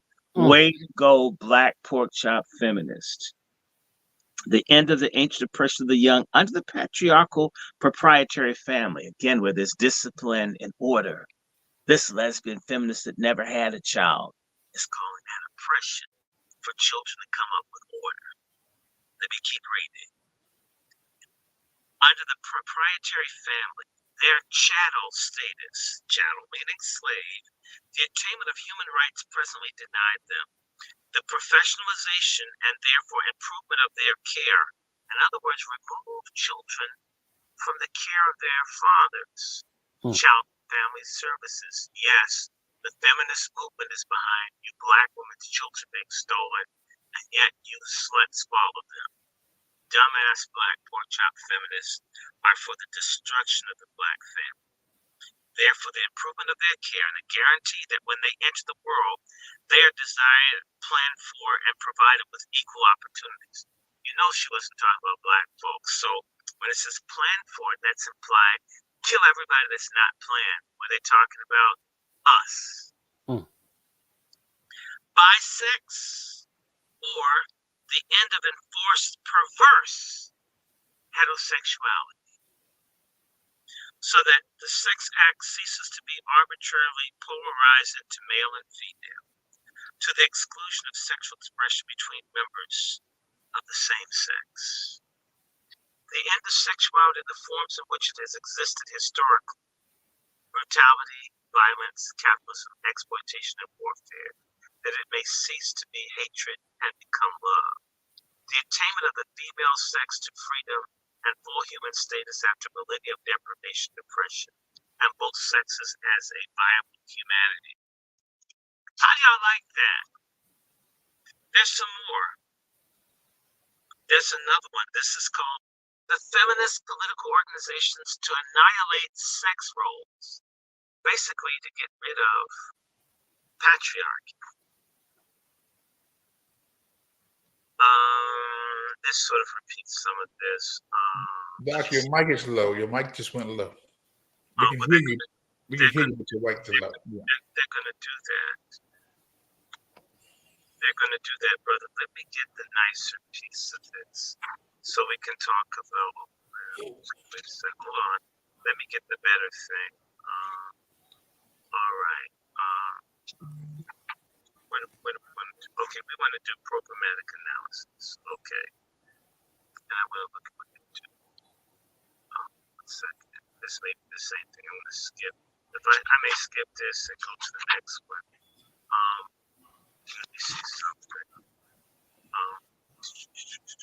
Okay.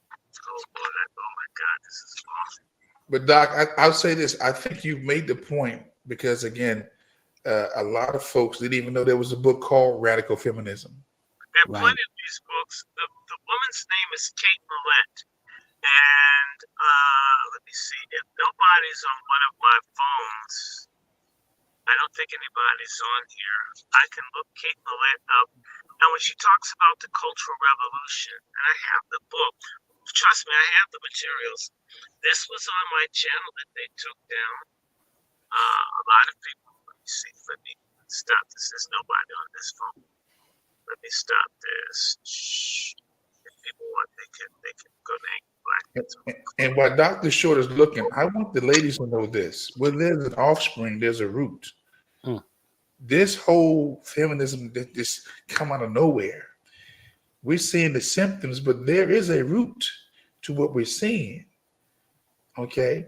And if you're going to follow something, I think you need to do the investigation to find out the root of it, because we're just attaching ourselves to people and organizations without doing the research.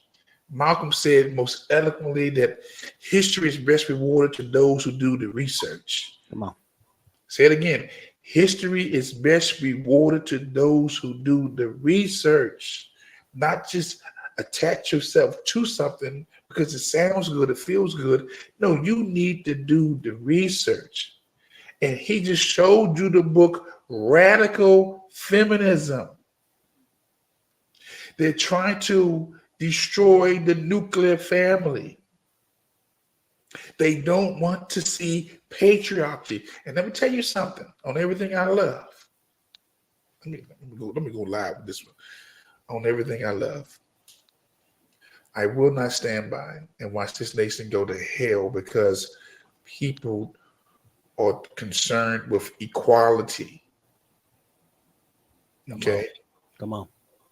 Over the nation, diversity, inclusion. I am not going to stand by and watch this nation be destroyed because of the DIE, which is die, or the DEI. It's still death. Come on. Not going to do it. Oh, I got it, guys. Let's see it, Dr. Short. Okay.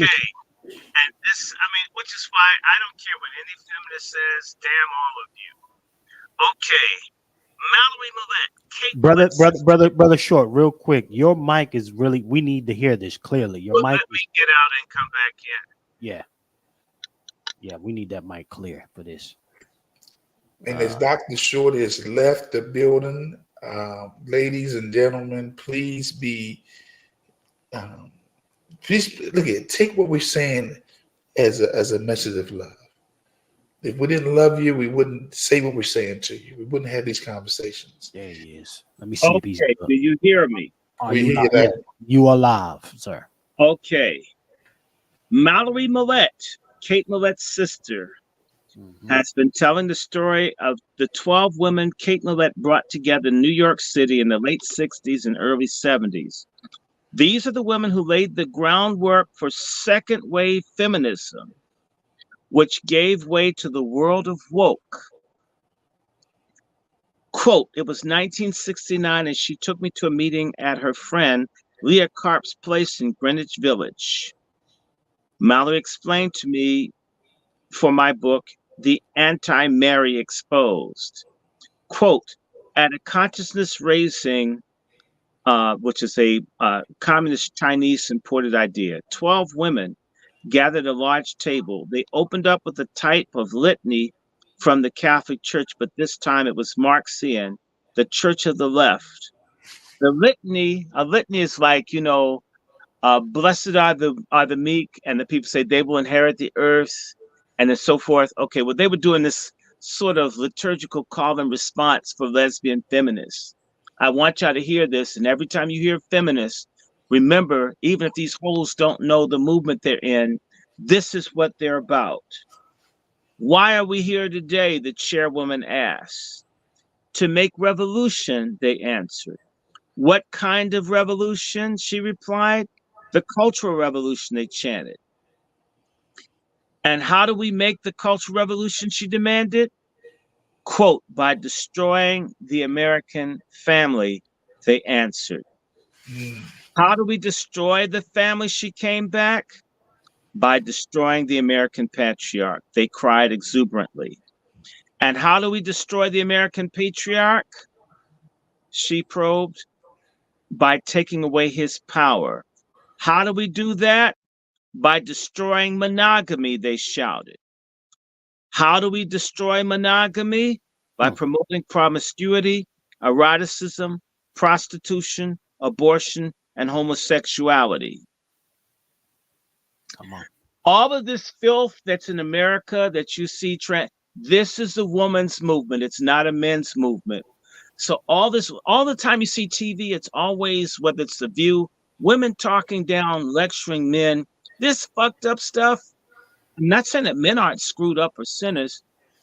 Men don't have a movement other than the sodomites, which is aligned with feminists. Come on. This is all women shit. This is the Jezebel of the Bible, the Jezebel spirit.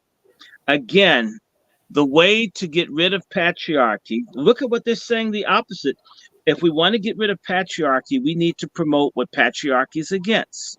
Patriarchy is against promiscuity, eroticism, prostitution, abortion, and homosexuality, which means feminism is for promiscuity, eroticism, prostitution, abortion, and homosexuality. Come on. Come on. This is your woman's movement.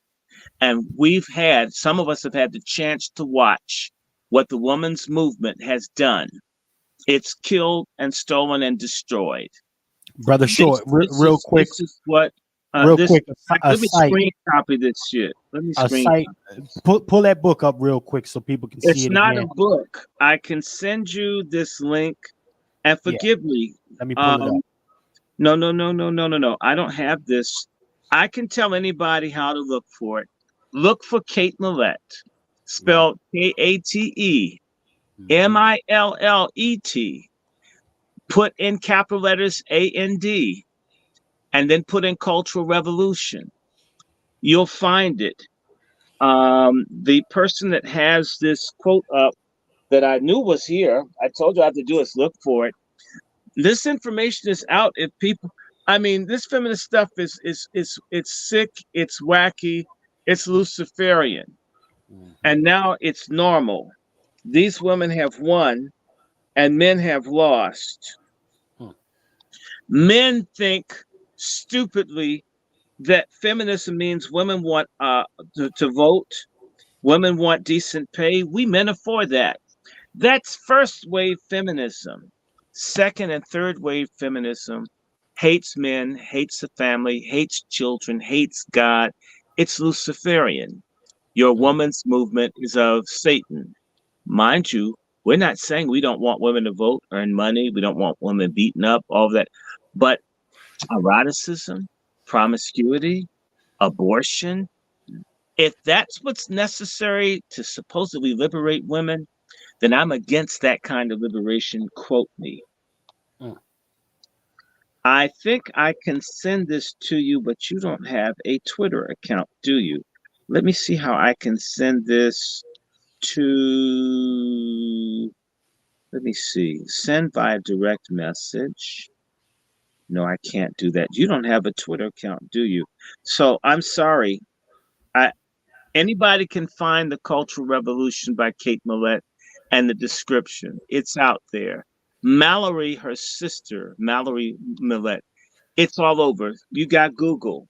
In fact, let me say this, Chef C, because we've made people stupid. When we were coming up, all the person had to do was quote the person's name, and you went and you looked for it in the library. Everybody with the phone has their own goddamn supercomputer. Facts. So fucking look it up yourself. And why is it so much on me? I got to bring this, got to get the. In fact, when you do all that, they're still going to be on the dumb shit that they're on, Chef C. Look for yourself. If you're really hungry for knowledge, you'll find it. Instead of, oh, bring it to me like you're a damn waiter and you're not tipping. Speaking Right? of tip, speaking of tip, hold on, brother Short. Speaking of tip, goddamn it, what does the GoFundMe on your side look like right now, sir? Well, I mean, I can't tell because I have I'm using. I'll tell you what mine look like. This is what it looks like: $250 for something we're trying to put together for. Yeah, we need to raise thousands, and because we're going to put these holes on the run, and it's I don't care. I mean, trust me. Look, they're shadow banning me, people. Nobody ever argues with me. They simply make me disappear. They don't want. I have books in my up to the fucking ceiling. I mean, I dare them. These are their damn words. Their goddamn books. You said this shit. They actually don't think because most men don't take people with pussies or vaginas don't matter. I've taken the time to study these feminists, at least to research, to buy the books. It costs money. That's one of the reasons I'm constantly saying, send me some money. It's, believe it or not, it's not being spent on a fancy setup. It's for me to have it. So if you ask me where something is, I can pull it out. I have all kinds. In fact, my feminist books are here. I've got Who Stole Feminism at the bottom. There's another book called The Abolition of Women, Radical Feminism. I have the material. And I'm saying to you that it's killing children and killing the family and killing womanhood. I think I know what Judith Butler's book is. Judith Butler, the whole philosophy of feminism is to get rid of womanhood. So all this talk about woman this and woman that, all the while got women acting like men. It's killing womanhood. When she says get rid of sex roles, it's saying get rid of being women. So you have all these white women chopping the titties off. It comes from the spirit behind what I'm saying to you. And it's not men. We love boobies. Nobody male out here want women. They don't want to stay with the woman. She has mastectomy when she has breast cancer and he's with her. Nobody male wants women to cut their breast off. It's radical lesbian feminists that want women to cut their breast off. But Doc, watch this. It's not men. It's women doing this. Women's biggest enemy are women. It's not men. And they also expect us to defend them in the wrong. Yeah. They want us to fight for them in the wrong. Yeah. And yet when the man's in the wrong, we're supposed to come down on the man. And not only that, we're supposed to what? Trust the woman. Whatever a woman says, she accuses someone of rape. She accuses someone in an assisted living dwelling that's in a wheelchair of rape. We got to lock the 100-year-old because she said. Hold on, brother Short. Let me make it big. Let me make it plain. Ladies and gentlemen, this is the person that a lot of these talking points are coming from. Look at this weirdo. She's a witch. She's a lesbian. She had mental problems. A lot of these women that are pushing this stuff are crazy. Alice Walker is a basket case. A lot of these women are out. They're certified nuts. And that's who they put up. And it's the same way you'll notice in politics and television. They seem to prefer ugly black women. And they always get the most macho, hard-looking black women to make them leaders. It's never a cute looking black woman. It's got to be someone that looks like, Yaphet Kotto. Remember him, Juan? You got to get a hard looking sister that looks like, one of the hobbits from Lords of the Ring. I mean, and then put that and make it out that black men are shallow. Ugly white folk don't make it in politics. Why do ugly black people have to be successful? Yeah, but you know what? Let me make it plain, Brother Dr. Short and Brother Juan. This is the mother of, metaphorically, niggas ain't shit. This is the mother of it. The birthplace of those talking points, that rhetoric and degeneracy comes from a chick that looks like this. Mm-hmm. This is the mother. And then your modern day woman is regurgitating their remix version of what she was spitting out. And she's mentally ill, a miserable, drug-using lesbian. That's the reference point to critique black men. Ooh, thank you so much, pork chop feminists. Come on.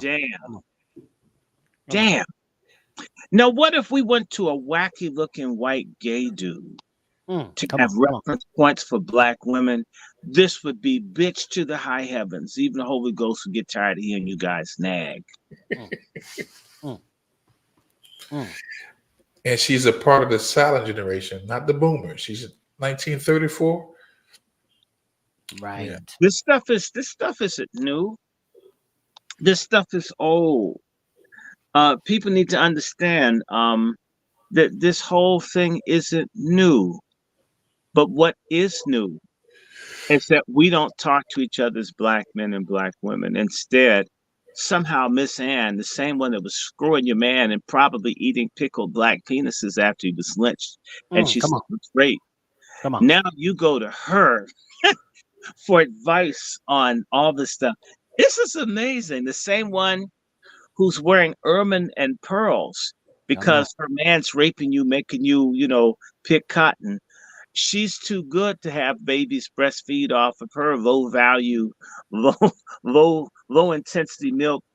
Your children have rickets and her children are fed off your milk, and she's your ally. Wow. I'm just saying that sisters are delusional as hell. A bunch of y'all need to be institutionalized.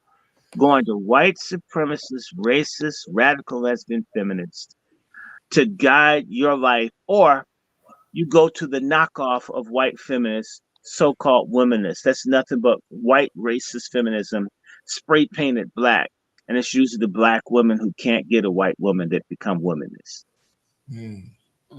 I said it just like that. Like lady, like who's gonna keep it 100 and really not us on the panel here, but in the chat, can you really keep it 100 and say you knew that this is the person that a lot of your rhetoric was coming from? I don't need no man. Don't that sound familiar? Niggas ain't shit. Yeah. Give me some more stuff that they say. Look at how hard looking she is. I'm telling you, this broad could be a goblin in the haunted mansion and shit. I mean, right. Trust me, no man's oppressing you. If anything, it's oppression for a man to have to look at your face. Trust me, most men were running to. I mean, we wanted liberation from your ugliness. Okay, please. So watch this. Chef, keep that up, because I want to read that little excerpt. Okay. Captain Murray Millet, September 14th, 1934, died September 6th, 2017, was an American feminist. Ooh, I'm glad she's gone. Feminist writer, educator, artist, activist. She attended the University of Oxford and was the first American woman to be awarded a degree with first-class honors after studying at St. Hilda's College, Oxford. She has been described as a seminal influence on second-wave feminism and is best known for her book, Sexual Politics, 1970, which was based on her doctoral dissertation. I want you to read this. Hear this.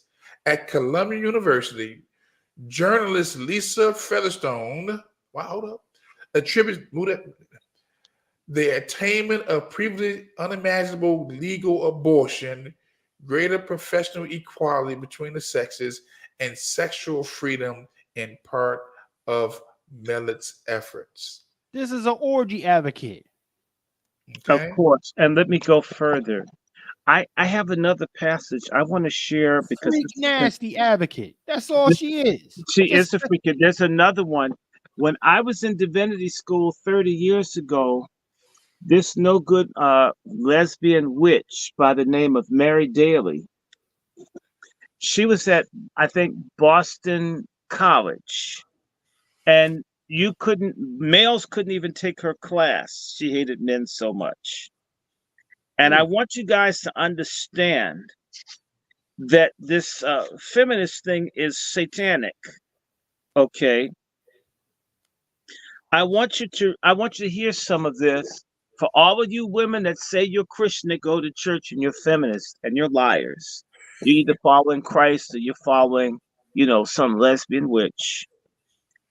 I'm reading from the section, The Spiritual Dimension of Women's Liberation by Mary Daly.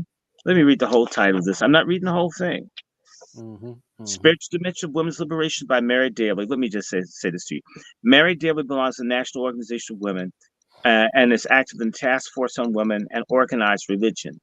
She is also active in the Women's Liberation, yes, at Boston College, where she teaches as one of the organizers of the Catholic Women's Caucus. She holds several degrees in theology and philosophy and is the author of The Church and the Second Sex, Harper Row, 1968, which explores sexism in church history.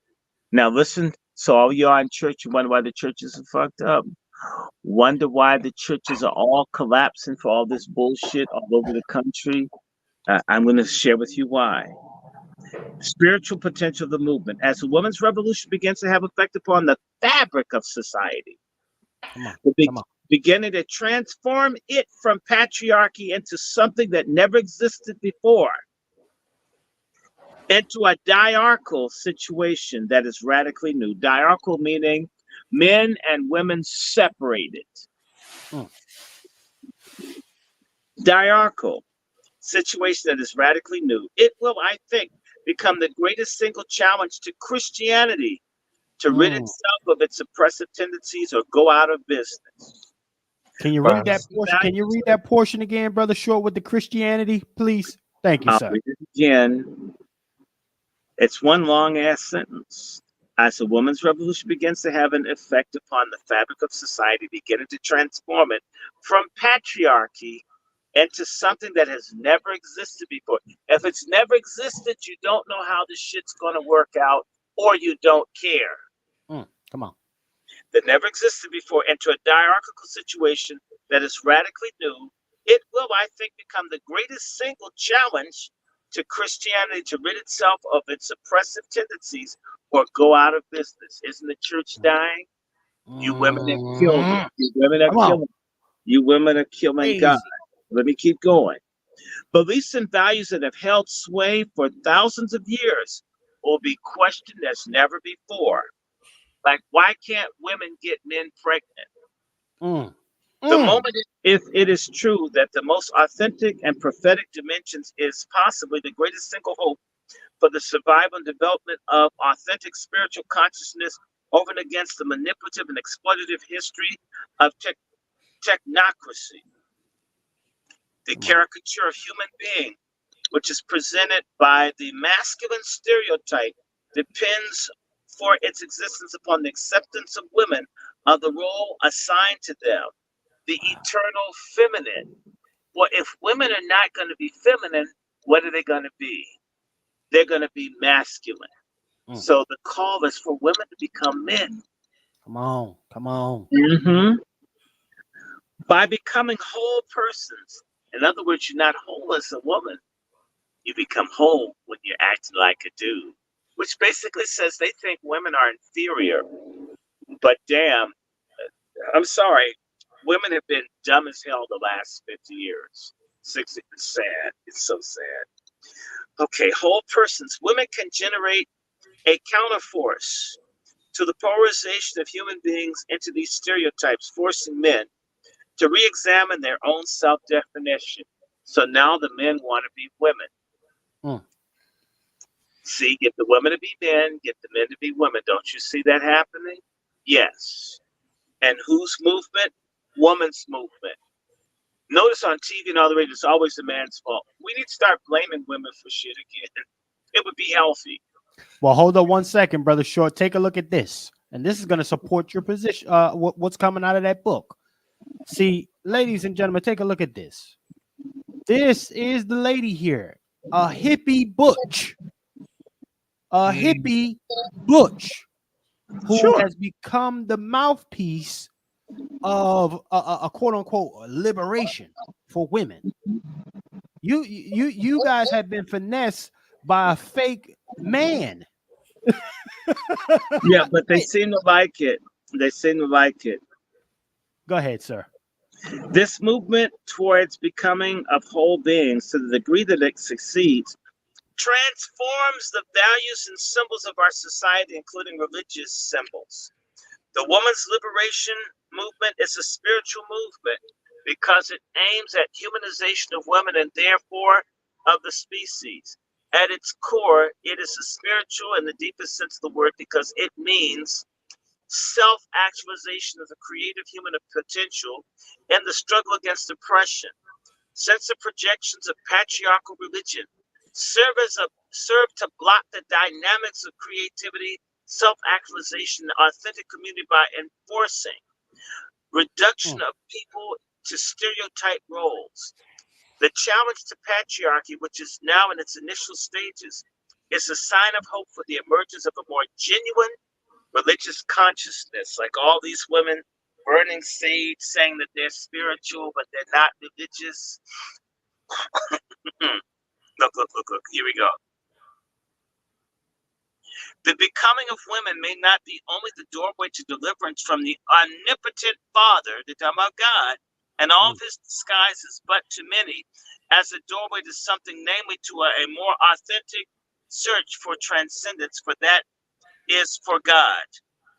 Women's liberation is an event that can challenge authoritarian, exclusivist, and non-existential ideas of faith and revelation.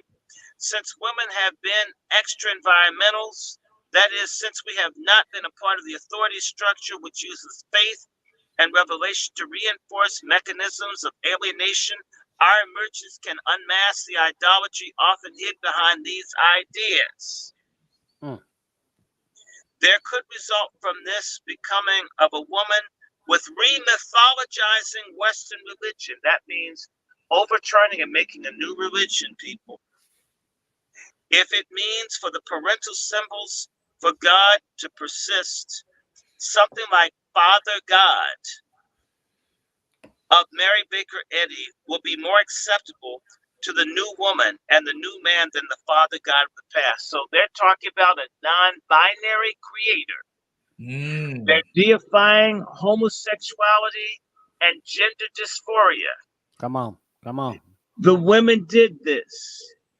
Women did this. This is your movement. It's your movement. The symbolization of the incarnation of the divine presence in human beings may continue to be needed in the future, but it's highly unlikely that women or men will find plausible that symbolism which is epitomized in the Christ-Mary image. Perhaps this will be replaced by a bisexual imagery, which is non-hierarchical. Come on. Wow. The becoming of women can bring about the transvaluation of values. Faith can come to be understood in a non-authoritarian and universalist sense.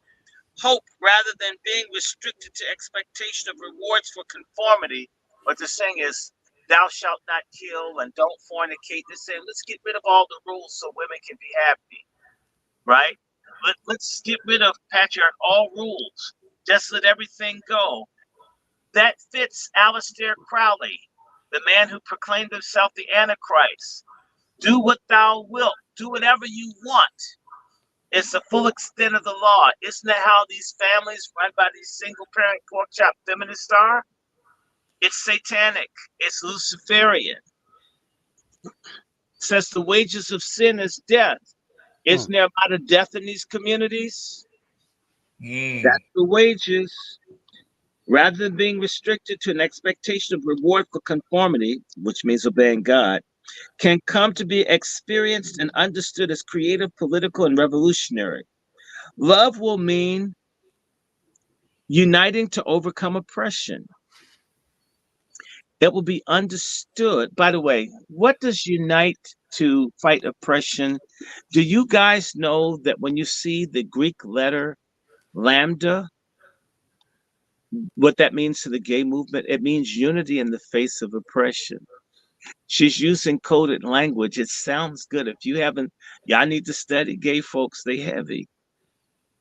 Feminists are heavy. There's more to a woman than her holes, brothers. I'm sorry, black men, we support our sorry mayor in DC. She has a big ass. She's got a big ass.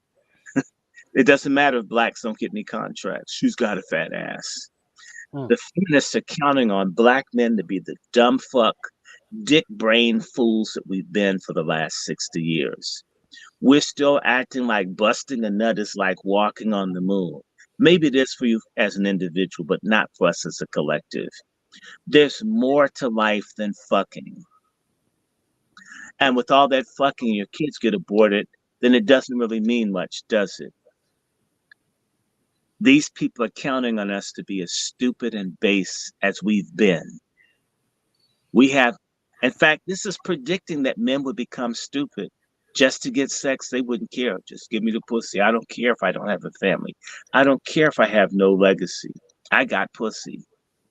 We're not knocking pussy. We're simply saying other men get pussy and they have patriarchy, they have family, they have business, they have social and political power.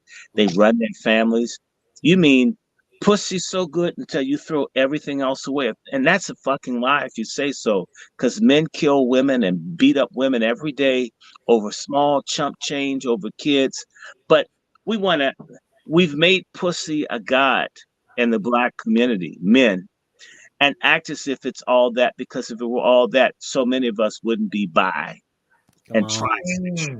Oh, yes, I did. And pedophiles and other things. And if black pussy's so good, why do you fuck white women all day? And now Latinas. I'm so tired of black liar males. Damn. Let me keep going. It will be understood that the most loving thing one can do for the oppressor is to fight the oppressor's situation that destroys both the oppressed and the oppressed. She's hinting that this is patriarchy. Suffering, which has been so highly esteemed in Christianity, will be seen as acceptable not when objectively submissive and endure it, but when experienced in the struggle for liberation. The ethic emerging in the struggle has its main theme not in prudence, but existential courage. This is the courage to risk economic and social security for the sake of liberation. We know that black families do best when it's a man and a woman. She's saying, let the man go. Let's risk all of that to be whatever this damn freedom is. When the women get their asses beat twice or three times or four times as often with the woman than the man. But we know domestic violence is all male. That's a damn lie. But, anyway, let me go back because facts don't matter. It means not only risking loss of jobs, friends, and social approval, but also facing nameless anxieties encountered in the new and uncharted territory. She's talking about the gay lifestyle. There's anxiety of meaningless that can be overwhelming at times when the old simple meanings, role definitions, and life expectations have been rooted out and rejected openly, and a woman emerges into a world without models. So no children, no man, none of the stuff that women have been doing for thousands of years. All of a sudden, let's get rid of all that, and the woman's just going to be different. Okay. There is also the anxiety of guilt over refusing to do what society demands. In our instance, refusing to do what Black society needs: to form families, to be wives, to be mothers, to be grandmothers, to be sisters. We're not going to do that no more. As the women say in our community, I ain't doing all of that. They don't explain what it is, but they're really saying is, I'm not going to be the kind of women that we used to have in our group. Well, watch this, Doc.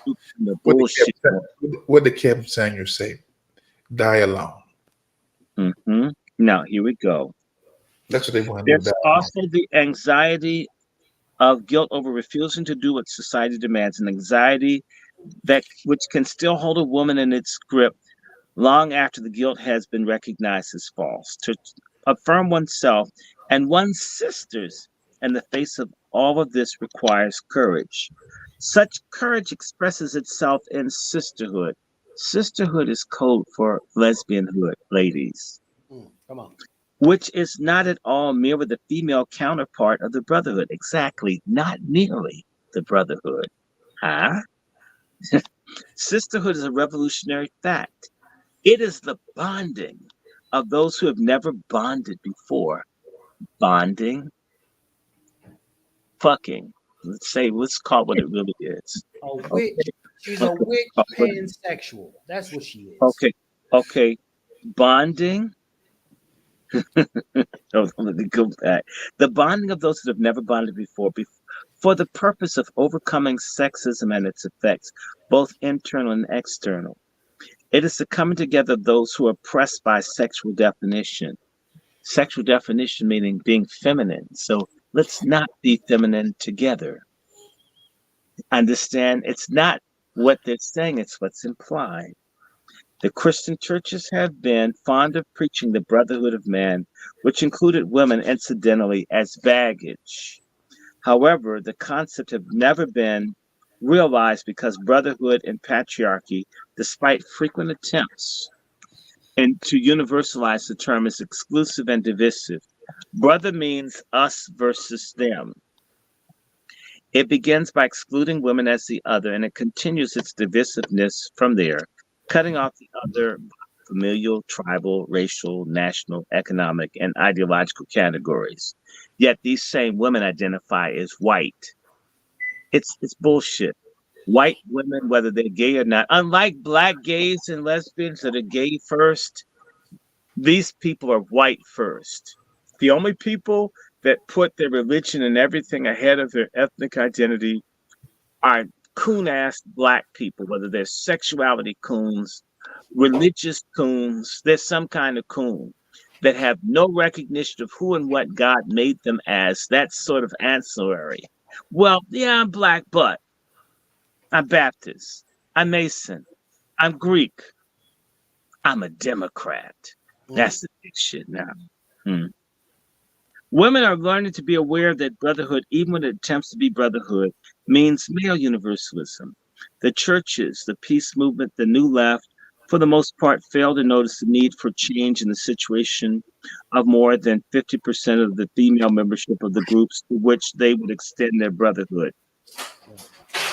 Sisterhoods of patriarchal society have really been many brotherhoods, allowing male models to serve and serving male purposes. The religious sisterhoods within the Catholic Church, for example, have been male-dominated according to canon law. These communities, though they have often an alternative to marriage and attracted some gifted women, have used the word sister in an elitist and divisive sense and have supported the ideology of sexism. The sisterhood of the women's liberation involves a strategic polarization, which is different from all of this. It implies polarization for the sake of women's internal wholeness or oneness, because as in all cases of oppressed groups, women suffer from a duality of consciousness. We have internalized the image that the oppressor has of us. Again, she's talking about femininity. So it's wrong for us to think women should be feminine. Wow. And man, this is when you see all these brute-looking women out here, this is now part of our culture. It must go, people. Let me keep going. Where's it? Wait, for what? Okay. Okay. It has divided us against ourselves and against each other by self-hatred. We can only overcome this by bonding with each other. Sisterhood implies polarization also for the sake of political oneness to achieve liberation. However, it is an essential dynamic is directed to overcoming the stereotypes that reduce people to the role of the other. That is, it points towards a unity deeper than most theologians are capable of envisioning. And envisaging, I'm sorry, despite a great amount of ink that has been spilled on the subject of the bonds of charity. Sisterhood is an event that is new under the sun. It is healing, revolutionary, and revelatory, which is what the Christian Brotherhood has claimed to be, but failed to be. It is a war with the idols of patriarchal religion, but it is in harmony with what is authentic in the ideas of religious traditions.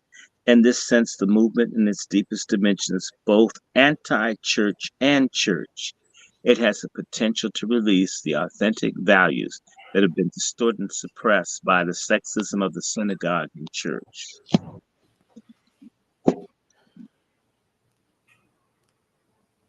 Drop the mic. They want, and so abortion, all of this stuff is women stuff. So this is why, I'm very aggressive against feminism. If you really read what they say, these are horrible people. These are monsters.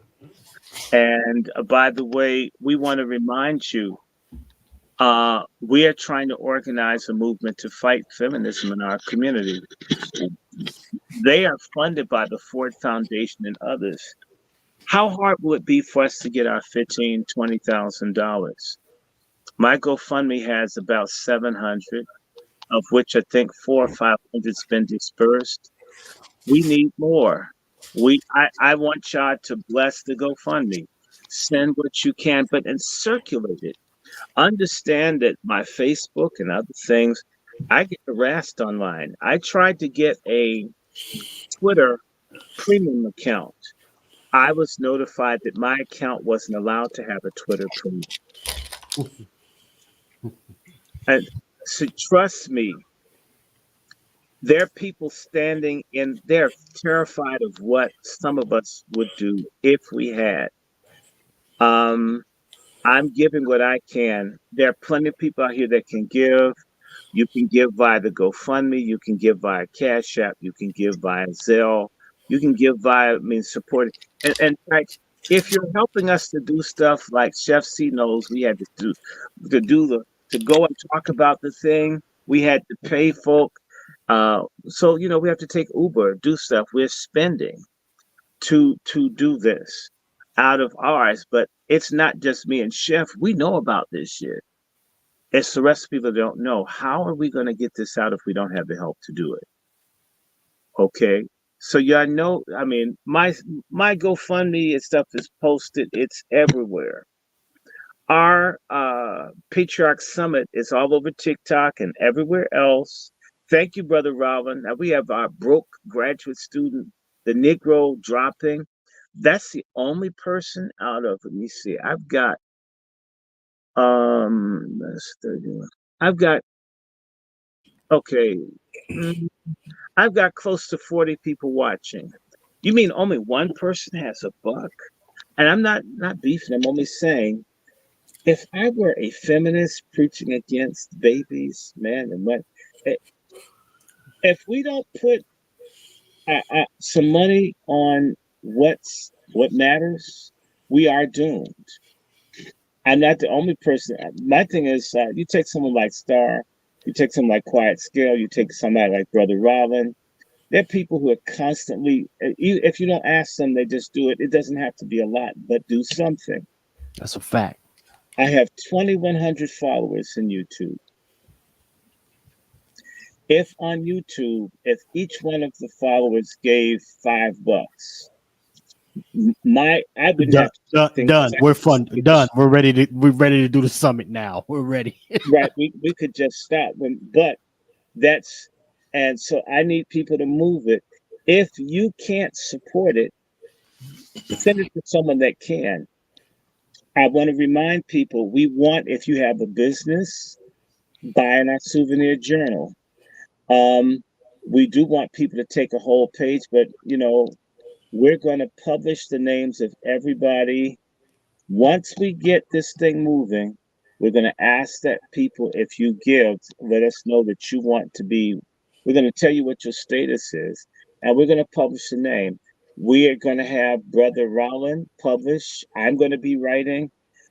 There's going to be both stuff with pictures, so forth. We really want to do that. Doc, let me say something. Yes, sir. So, and I meant to cut you off because it's time for the people to stop being spectators. Right. Facts. This is we too late in the game for being spectators. You're acting like your mother and your father, your grandmothers and your grandfathers who betrayed the culture. We're doing this because the betrayal of the culture. Okay? Stop being spectators and be participators. You sit up here every week and you listen to us speak facts, give you information that you know is right, and you go back to your whiny, no confidence selves. That's why, man, I take to heart when Peter said, save yourself from these Negroes. Facts. This backward generation, because you're acting like the very people we've been talking about. We look here. I am not gonna beg you for nothing, especially when you know we're speaking the truth. We ain't showing ass and we ain't showing breasts and we ain't showing coochie. And we ain't showing no foolishness. And if you can sit here for 2 or 3 hours and listen to us, give you the facts and the stats, and you still hesitant, off with your head too. I'll step over your carcass. And speaking of that, I haven't eaten today. I had 2 bags of chips. I need to eat something. And so I've been running, and I mean, I went to see the doctor. For me, I'm glad I did that. But from there, I went into a meeting to talk with the person that created the Platinum Plan for Trump, to talk about what Black folks need to have. So the conversation I had today is going to go directly to the front runner for president. Believe it or not, they don't know. They don't. No, but I'm telling people, even though, and I'm not exaggerating. I know you're not exaggerating. I know you're not. I'm saying that have gotten so used to you, Doc. No, it's not so used. I don't. Everything doesn't look the same. Right. Everybody doesn't. I don't run around and say I did this, I did that. That's. I don't know. God gets the glory. It isn't about me. Well, let me say this, Doc. My lot is not going to be like an Amos Wilson who died broke, who begged and pleaded for them to support them. Yeah. And one of the most gifted, the smartest minds that this country ever birthed, Amos Wilson. Right. Well, we're not going to be broke. We're going to be working with businesses and other things, but this is the thing I want people to understand. And this is what our folks have to understand. There are people that will pour money on the Patriarch Summit that aren't even Black. But it will make people look foolish that people who may even be racist would give faster than Black folks who consider themselves decent people. So that's the sad part. That's the truth. So the scriptures say where the heart is, there is the treasury. You mean that means we hate ourselves and how we use our money. Okay, you hate self, and so this is an example. So it's not like, if we were throwing a big booty party. Oh man, we would have beer, bring it, there'd be no problem. And so, I mean, I'm clear that we're gonna get what we're supposed to have. But here's the thing that I love about this. The less people participate or the less that people do grassroots to help it come, the more exclusive it will be once we establish it. Like Chef C wants to charge $100, $200 a place. And that's just no chef. We don't do that much. Even though we put together, that's what people charge for such conferences. And even more if you bring things together. Watch this. Just on the information I'm gonna get them in guns, I could charge them $100 a piece. Just on the gun information you're gonna get. I understand. Look, maybe we'll push it up 100 because of the thing. But what happens when we succeed? This won't be come as you are type thing. We're not running a Christian mission. People that come here are going to have to come with resources and a mind to work. And it's no begging. We're doing it now. We boot you. They messing with you, doctor.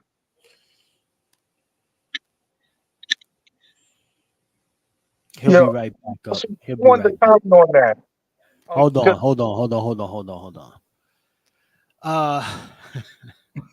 Salute first and foremost. I gotta play catch up. A few people came in the chat. Apologize to Fanny that's been here with us. But I'm gonna bring Brother Short up real quick. Let me see, Brother Short. Are you back, sir? Are you live? I hope so. Yes, sir. You are. What I said is very simple. Once we get our critical working group, and we will have them, takers, in fact, let's just talk about this real fast. Black American people give to everybody but each other, or we give to takers. We don't give to givers. And so takers, if someone says, oh, he's always asking, well, actually what I just told you, I met with the lead policy person for Black Americans for Donald Trump. Some things he hadn't thought about asking Trump for, like a minimum wage for Blacks that are incarcerated in prison, which the president can do in federal prisons. It's a whole lot of folks that may get some money. It wasn't about me getting anything. They don't think about those people to do what one can do. So it's okay if people don't want to understand, because I operate out of the Noah's Ark mindset. There's a point where the ark will be open, and there'll come a point where the doors of the ark shut. If you're on the outside of the doors when it shuts, it won't be open for you. We Black folks as a collective lack a sense of urgency. That's one of the things I hated about teaching. I was at Lane College and even at Bowie. You have people show up to register. They come to class the 5th week after class started. This shit never happened at any credible white school, that you could come and miss 4 or 5 weeks of class and expect to get a passing grade. Unthought of. Even at Howard, you couldn't miss so many and pass a course. No, you couldn't. But for these sorry HBCUs where I worked, they made it such that people not understand the urgency. Your ass should be in class the first day on the front row so the teacher knows you. In case the teacher didn't have enough syllabi, you got one of them. So they're taught they can come the 8th week of class and expect a passing grade. These low standards are a way to kill us off. Do you have low standards? So the ark's doors shut and only 8 people out of maybe 1 billion survived. We're gonna get our group. It's gonna form. Hot type of story right there, the carcass. Chef and I, we talk about going over to Rumble and the other places, and this stuff will be something where you pay every time you see it. Mm-hmm. And actually, you get more when you charge people every time than when you give it to them. I remember when I would go to Ultimatics' thing and I would take videos and, I would charge people. But I remember one time the people came over. It was two black women, of course, and they're going to just grab everything off the table. It says, those costs. When they found out there was any cost associated with it, they put it all back. They didn't mind taking it if it was free, but they didn't want it if it cost them anything. That kind of mindset, as people say to me all the time, you give too much away, you give too much away. The window on that's closing. The window will close. And then all of a sudden it won't be. So not and you know what? Hold on, Brother Short. I'm gonna say this. Listen, when Brother Dr. Short says a chef wanted me to charge this, you damn right. You damn right, because I know what it's costing already. We're already spending money. It's already money out of pocket happening right now. Mm-hmm. So you goddamn right. And the value that we're about to give you for the cost of admission, ladies and gentlemen, let me be very clear. And I'm not just saying this. You're getting thousands of dollars worth of knowledge, material, etc. And for a little freaking price of admission. Facts. Forget all of that. You man, goddamn, you ain't gonna tell me nothing. Oh, I know what we're about to. This shit is y'all not understanding what's being put together here. This is no celebratory cookout and all this sit around and clap your hands and do the motherfucking electric slide shit going on here. This is not that. Right. Well, that's for the people that want it. I want to do a shout out to Brother Battle, my cousin Battle. These are niggas that are ass kicking black folk from North Carolina, from Perkins County, North Carolina, and then all around about.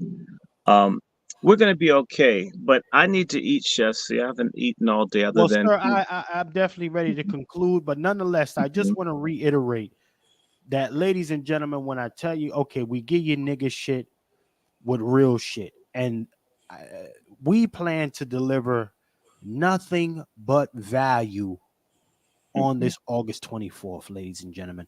More than what you are paying for. We believe in going above and beyond.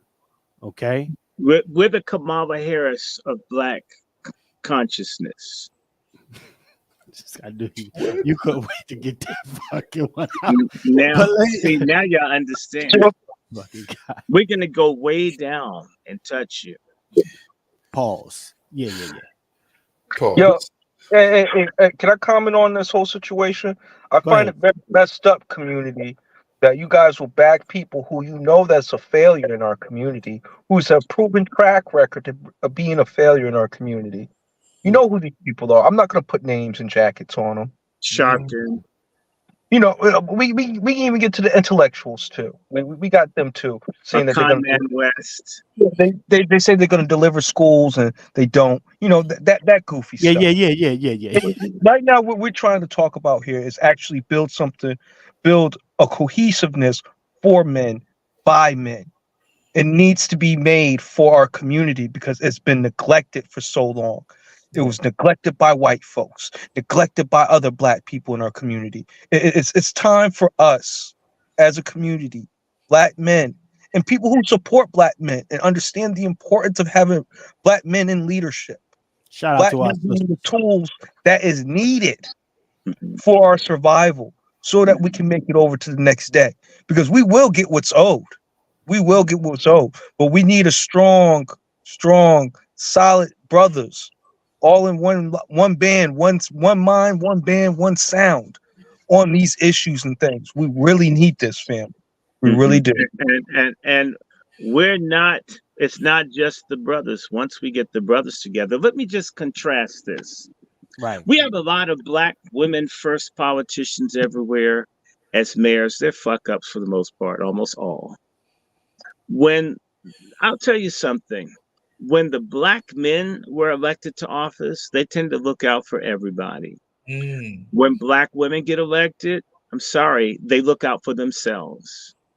There's a selfishness and narcissism in your black pork chop feminist Democrat politicians. The men aren't much better, but the women by far are the worst. I mean, you see it everywhere. DC is the best example. And not just, I mean, Lori Lightfoot in Chicago, the one that started Cop City in Atlanta, you keep seeing them over and over again. And Keisha Bottoms. yeah, nobody wants to talk about it. When men get empowered, and I need to remind all of the black women who are feminists out there listening, throughout the South, it wasn't until black men got elected, until black men were able to get into the Southern legislatures, that women got property rights, all of the rights that women have, where black people live in numbers until, except for in the North. It's because black men, after fighting in the Civil War, fought for women to be included. It wasn't white men. The basis of women's rights in this country, black women's rights, comes from black patriarchy. And so, you know, I don't give a damn about what any black feminist says. In fact, I deliberately communicate in such a dismissive way because that's the only thing that they're going to understand, is being driven out of their off-code square. And so if it comes across as harsh or rude, it's meant to be. There's no nice way to tell someone you're out of order, you're destroying the community. Right. So the more aggressively we do it, in fact, we want this to be contagious. Look at the freedom by which I dog pork chop feminists. All of you men out there need to start copying this, not towards your wazies. What I'm saying is once these men get empowered, we're going to work with our sister stars. That's a fact. That's we're already working it. That's a fact. We've already picking women that we want to help empower across the country.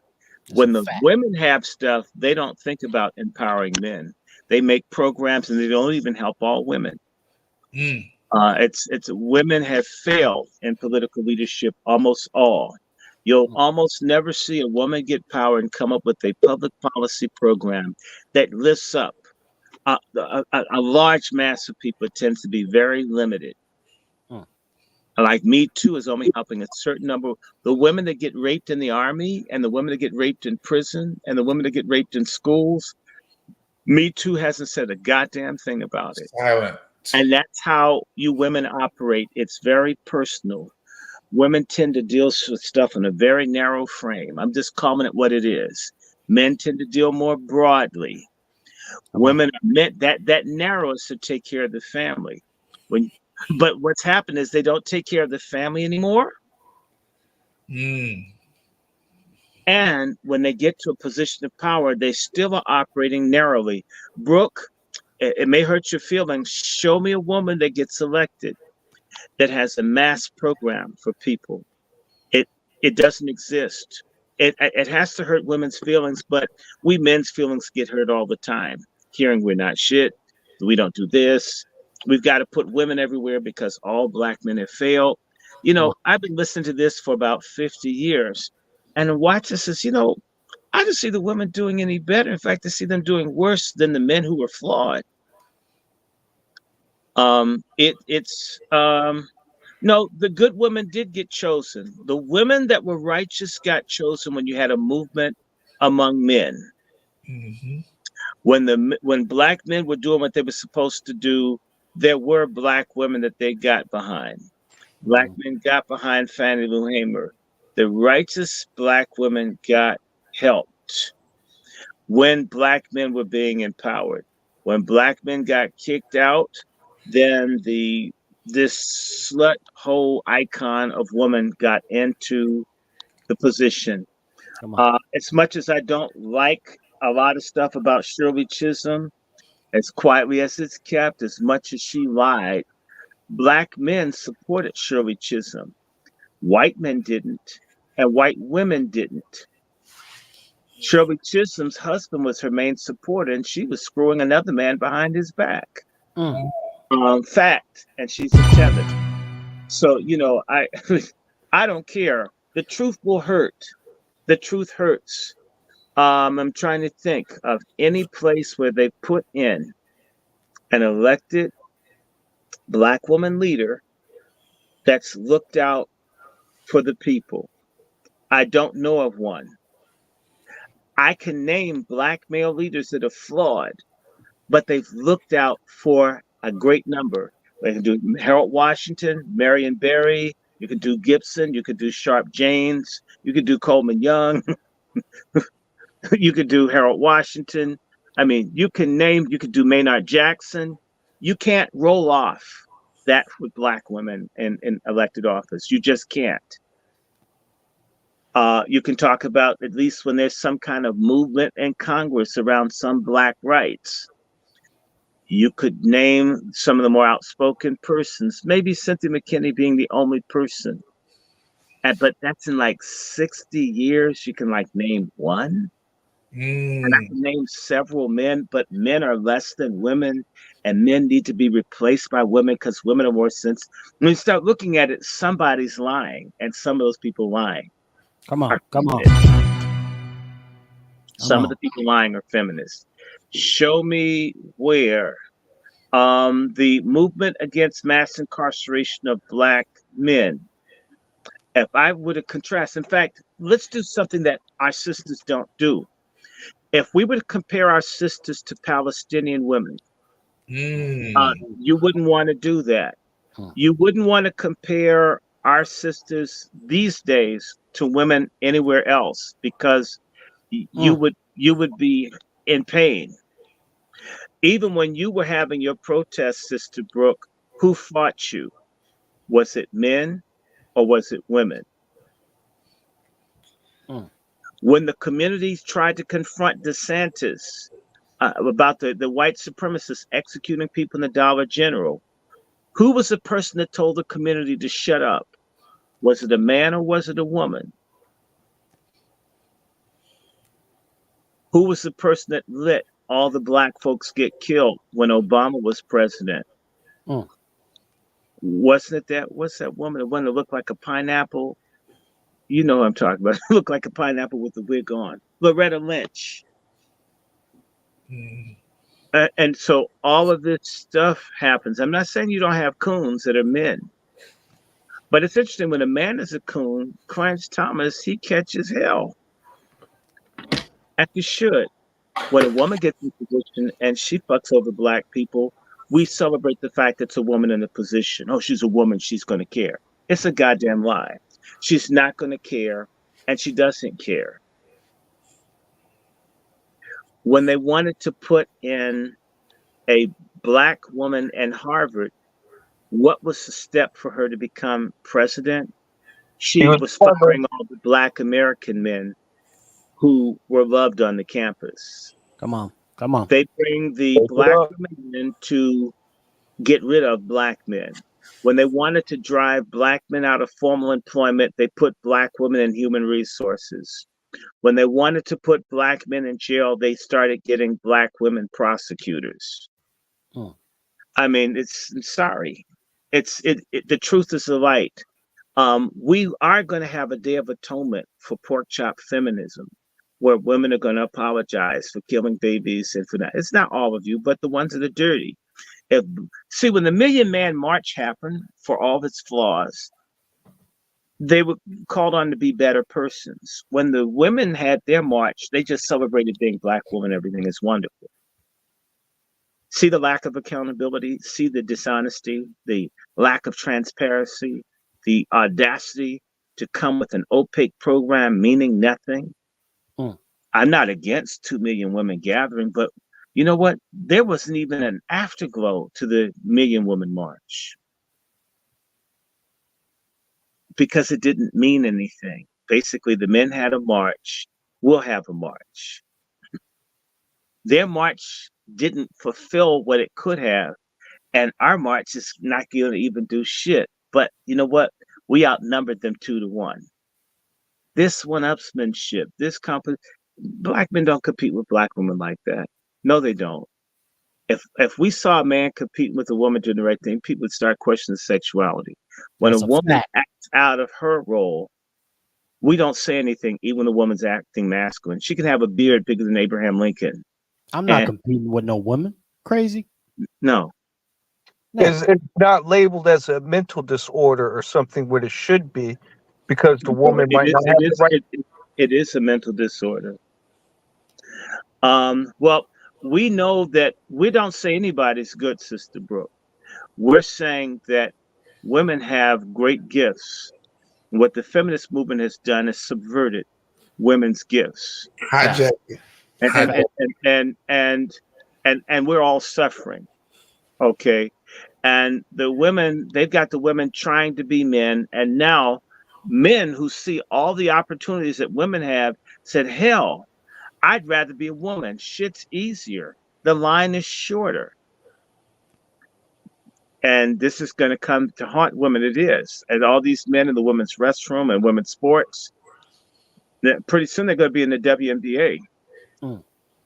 And this is a woman's movement. It is not a men's movement. This is self-inflicted sexual suicide that women are committing. There you go. It isn't men. And when men try to tell women, we get told we hate women for saying, be yourself. You don't accept me. Let me cut off my titties. Let me look more. Now you'll accept. And we will get it. We never said that people cut their breast off. We're not telling women to take testosterone so they'll grow beards and look like Geico cavemen. We're not doing this. Isn't men. This is all from women. So, the truth hurts, but the Bible says faithful are the wounds of a friend. Translation, the truth of someone that cares hurts, but it's more faithful for me to tell you the truth than to lie to you. I'm tired of men lying for pussy. Seems like you could tell the truth and get it too.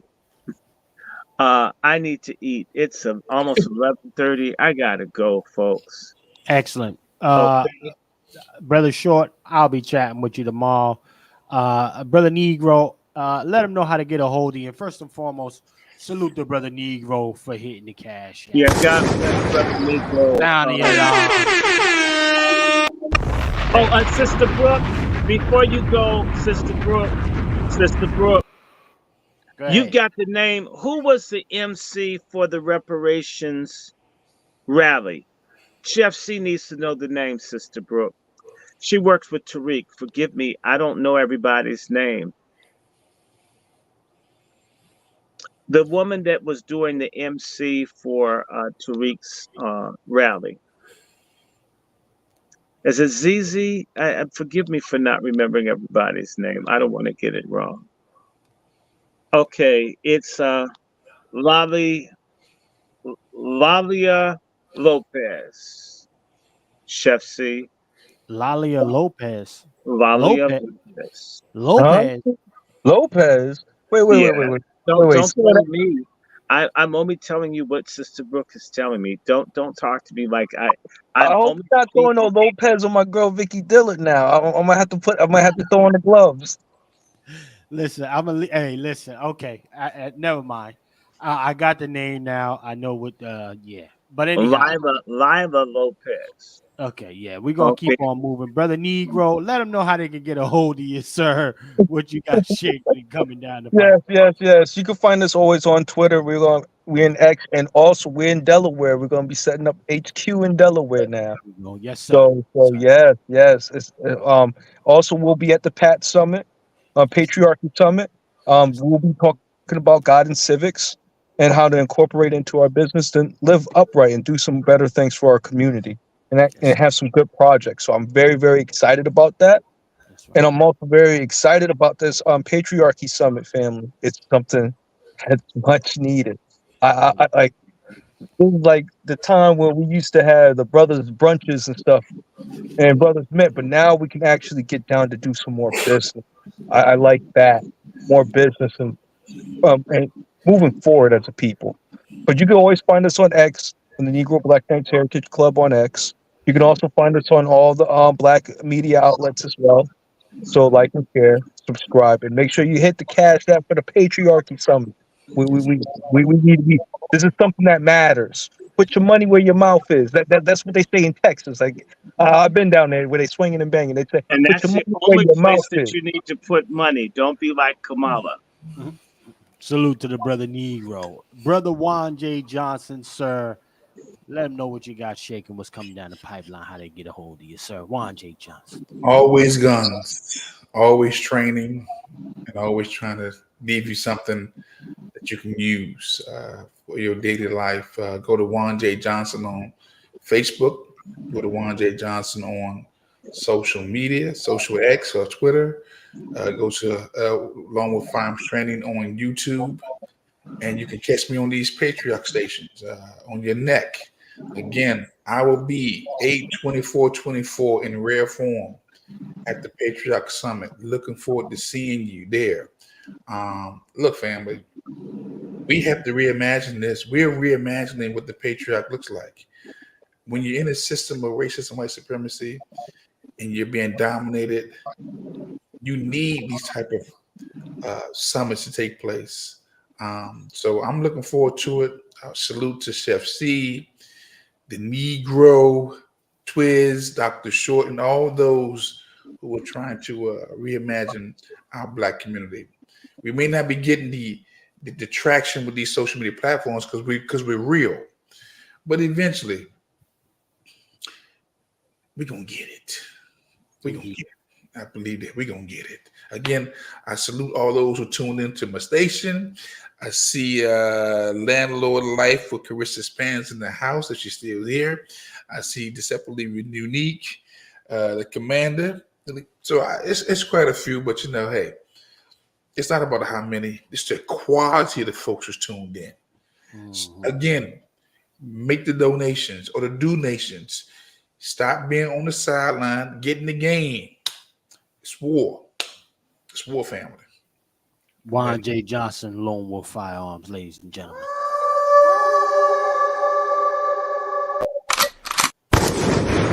Yes, indeed. Brother Dr. Short, sir, any last words from you, sir, coming down the pipeline? I want people to follow me that can on Twitter. My Twitter account, the main one I'm using now, is DRS1CBuster. DRS1CBuster. Check me out there. And on top of that, please remember, donate, do what you can. You can always bless us through Zelle or PayPal at wrandyshort@gmail.com as well. You may write me. I do write people back. And of course, the Cash App is $ Dr. Randy Short. Do prayers. We want to remind people I'm going to be doing other things. We're going to go back to doing sermons. I think this week I took a 2-week break. You will hear some spiritual words on Sabbath. Also, I want people to be aware. Please be on the lookout and keep prayers going for me to do more writing for major news platforms. My radicalism may be toned down, but trust me, I'm always going to talk about the old MFM. We need our MFM, and we're going to keep pushing for that.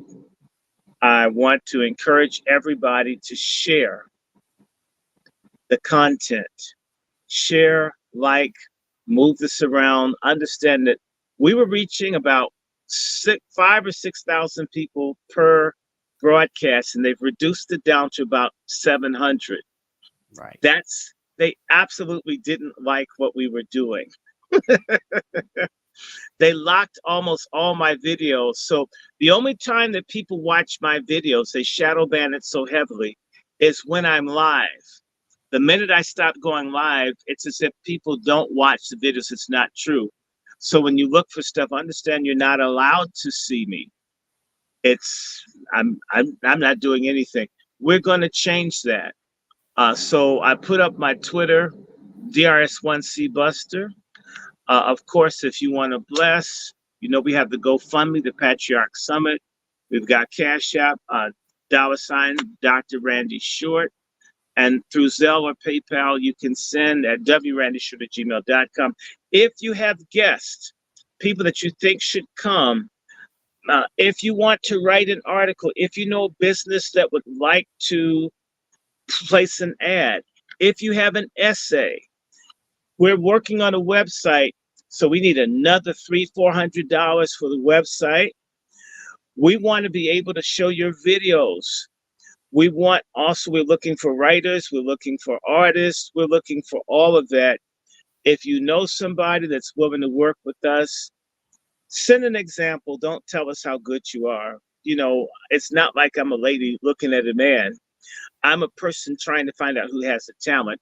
Demonstrate what you have. Don't boast me how good you're in bed. Just send me evidence of your work that's yours, and maybe we can work with you. A lot of good things are happening. Let people know that have businesses, they want to be there. We're going to be encouraging people. In fact, Sister Brooke, why not bring or send some samples down? People who have businesses, we're about business. If we don't make, then we have to consume what other people make. So that's where our head is. MFM, God bless you. Who you going to call? Coon Buster. We will be free. Let me stop here. Good night, everybody. Most definitely, ladies and gentlemen. Brother Dr. Randy Short. Salute to Brother Dr. Randy Short, ladies and gentlemen. I'm going to say my piece. Now, we're looking at a situation here where the lack of patriarchy has an origin story.